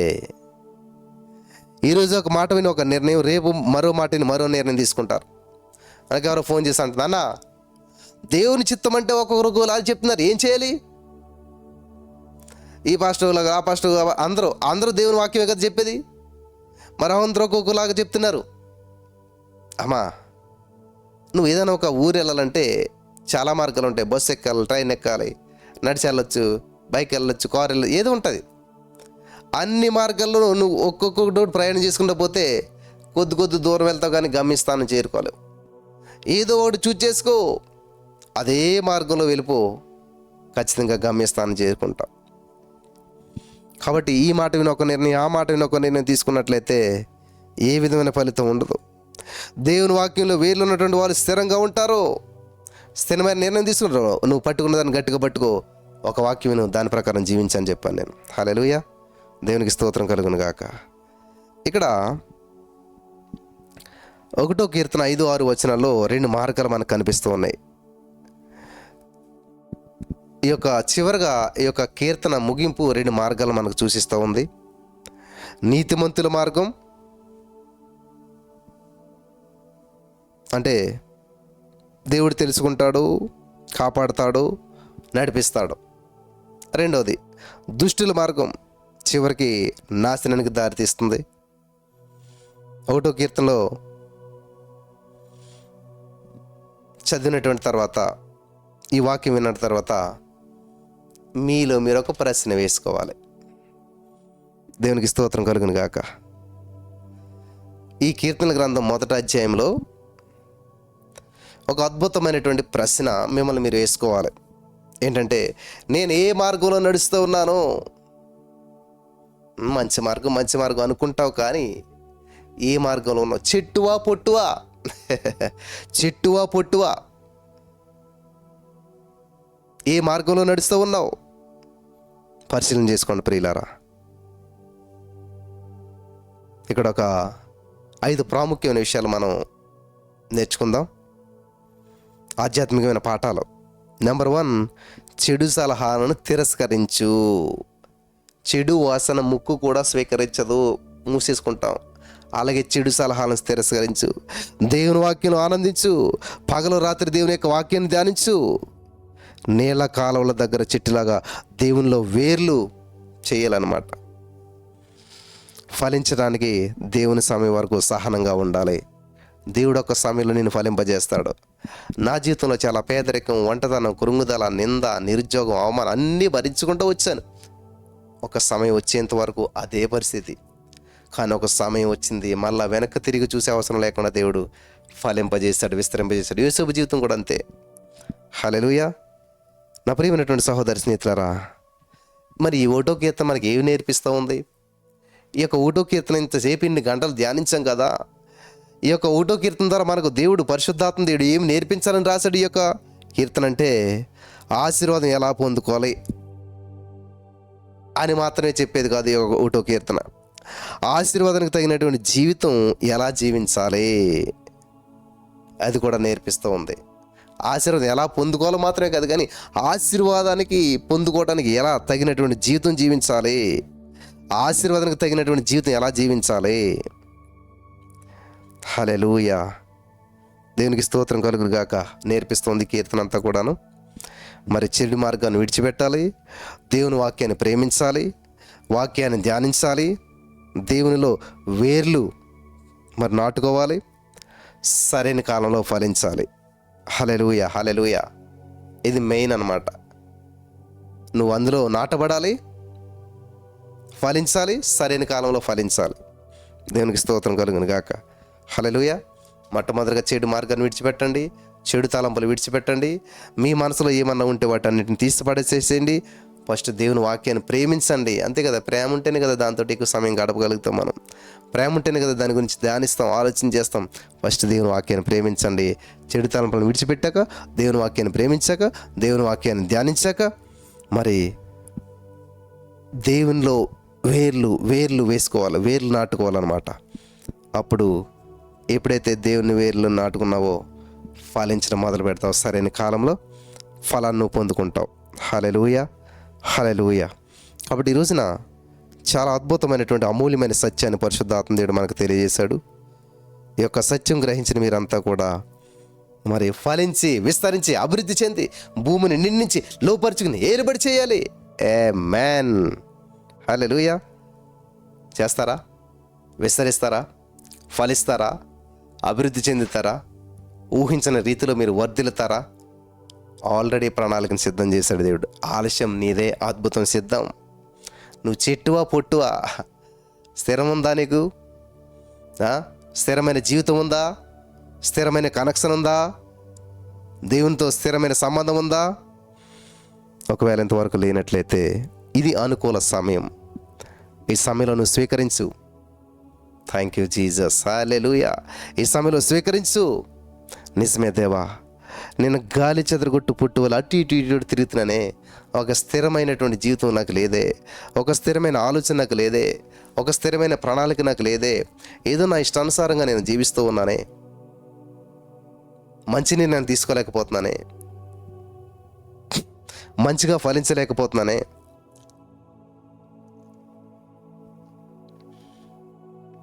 ఇప్పుడు ఉన్న స్థితి నాకు సాటిస్ఫాక్షన్ లేదు దేవా, నీకు సాటిస్ఫాక్షన్ లేదు. కాబట్టి ఇక్కడ నుంచి నేను ఎలా ఉండను, నేను ఇంకా ఫలిస్తాను, ఇంకా విస్తరిస్తాను, ఇంకా అభివృద్ధి చెందుతాను, ఇంకా వాక్యపు లోతుల్లోకి వెళ్తాను, వాక్యాన్ని ధ్యానిస్తాను, దేవునికి దగ్గరగా జీవిస్తాను. ఆమేన్. ఇటువంటి నిర్ణయాలు మీరు తీసుకోవాలి. తీసుకున్నారా? ఒకవేళ ఇంతవరకు మీరు ఎలా జీవించారో నాకు తెలియదు, కానీ ఇంతవరకు మీ జీవితాన్ని ఎలా గడిపారో నాకు తెలియదు, కానీ ఇక నుంచి మీరు మంచి జీవితాలు జీవించాలి, మంచి నిర్ణయాలు మీరు తీసుకోవాలి, తగిన కాలంలో ఫలించాలి. ఆకు వాడకుండా సమస్య వచ్చినా, ఇబ్బంది వచ్చినా, ప్రతికూల పరిస్థితులు వచ్చినా ఏది మీకు ఎంత మాత్రం హాని చేయకుండా మిమ్మల్ని మీరే భద్రం చేసుకోవాలి. హల్లెలూయా. మిమ్మల్ని మీరే బలపరుచుకోవాలి. Thank you Jesus. హల్లెలూయా. మిమ్మల్ని మీరే బలపరుచుకోవాలి, భద్రం చేసుకోవాలి, ఫలించాలి, విస్తరించాలి, అభివృద్ధి చెందాలి. కాబట్టి ఈ రోజున ఈ యొక్క వాక్యం విన్నటువంటి పరిశుద్ధాత్మ దేవుడు వాక్యం ద్వారా మనతో మాట్లాడాడు. కాబట్టి వినిచిన మనందరినీ ఒక ప్రత్యేకమైన రీతిలో నడిపించడానికి ఆయన ప్రణాళిక సిద్ధం చేశాడు. ఆ ప్రణాళికలు నడిపించబడతారా? ఈ మాటల ద్వారా దేవుడు మనల్ని బలపరిచి స్థిరపరిచిన కాక. ఆమేన్. స్తోత్రం దేవ. విత్తబడిన వాక్యం వ్యర్థం కాకుండా ప్రతిరోజు నాటబడి 100 పంట జరగ సహాయం చేయమని యేసు నామములో ప్రార్థించిన మేము పొందుకుని తండ్రి. ఆమేన్.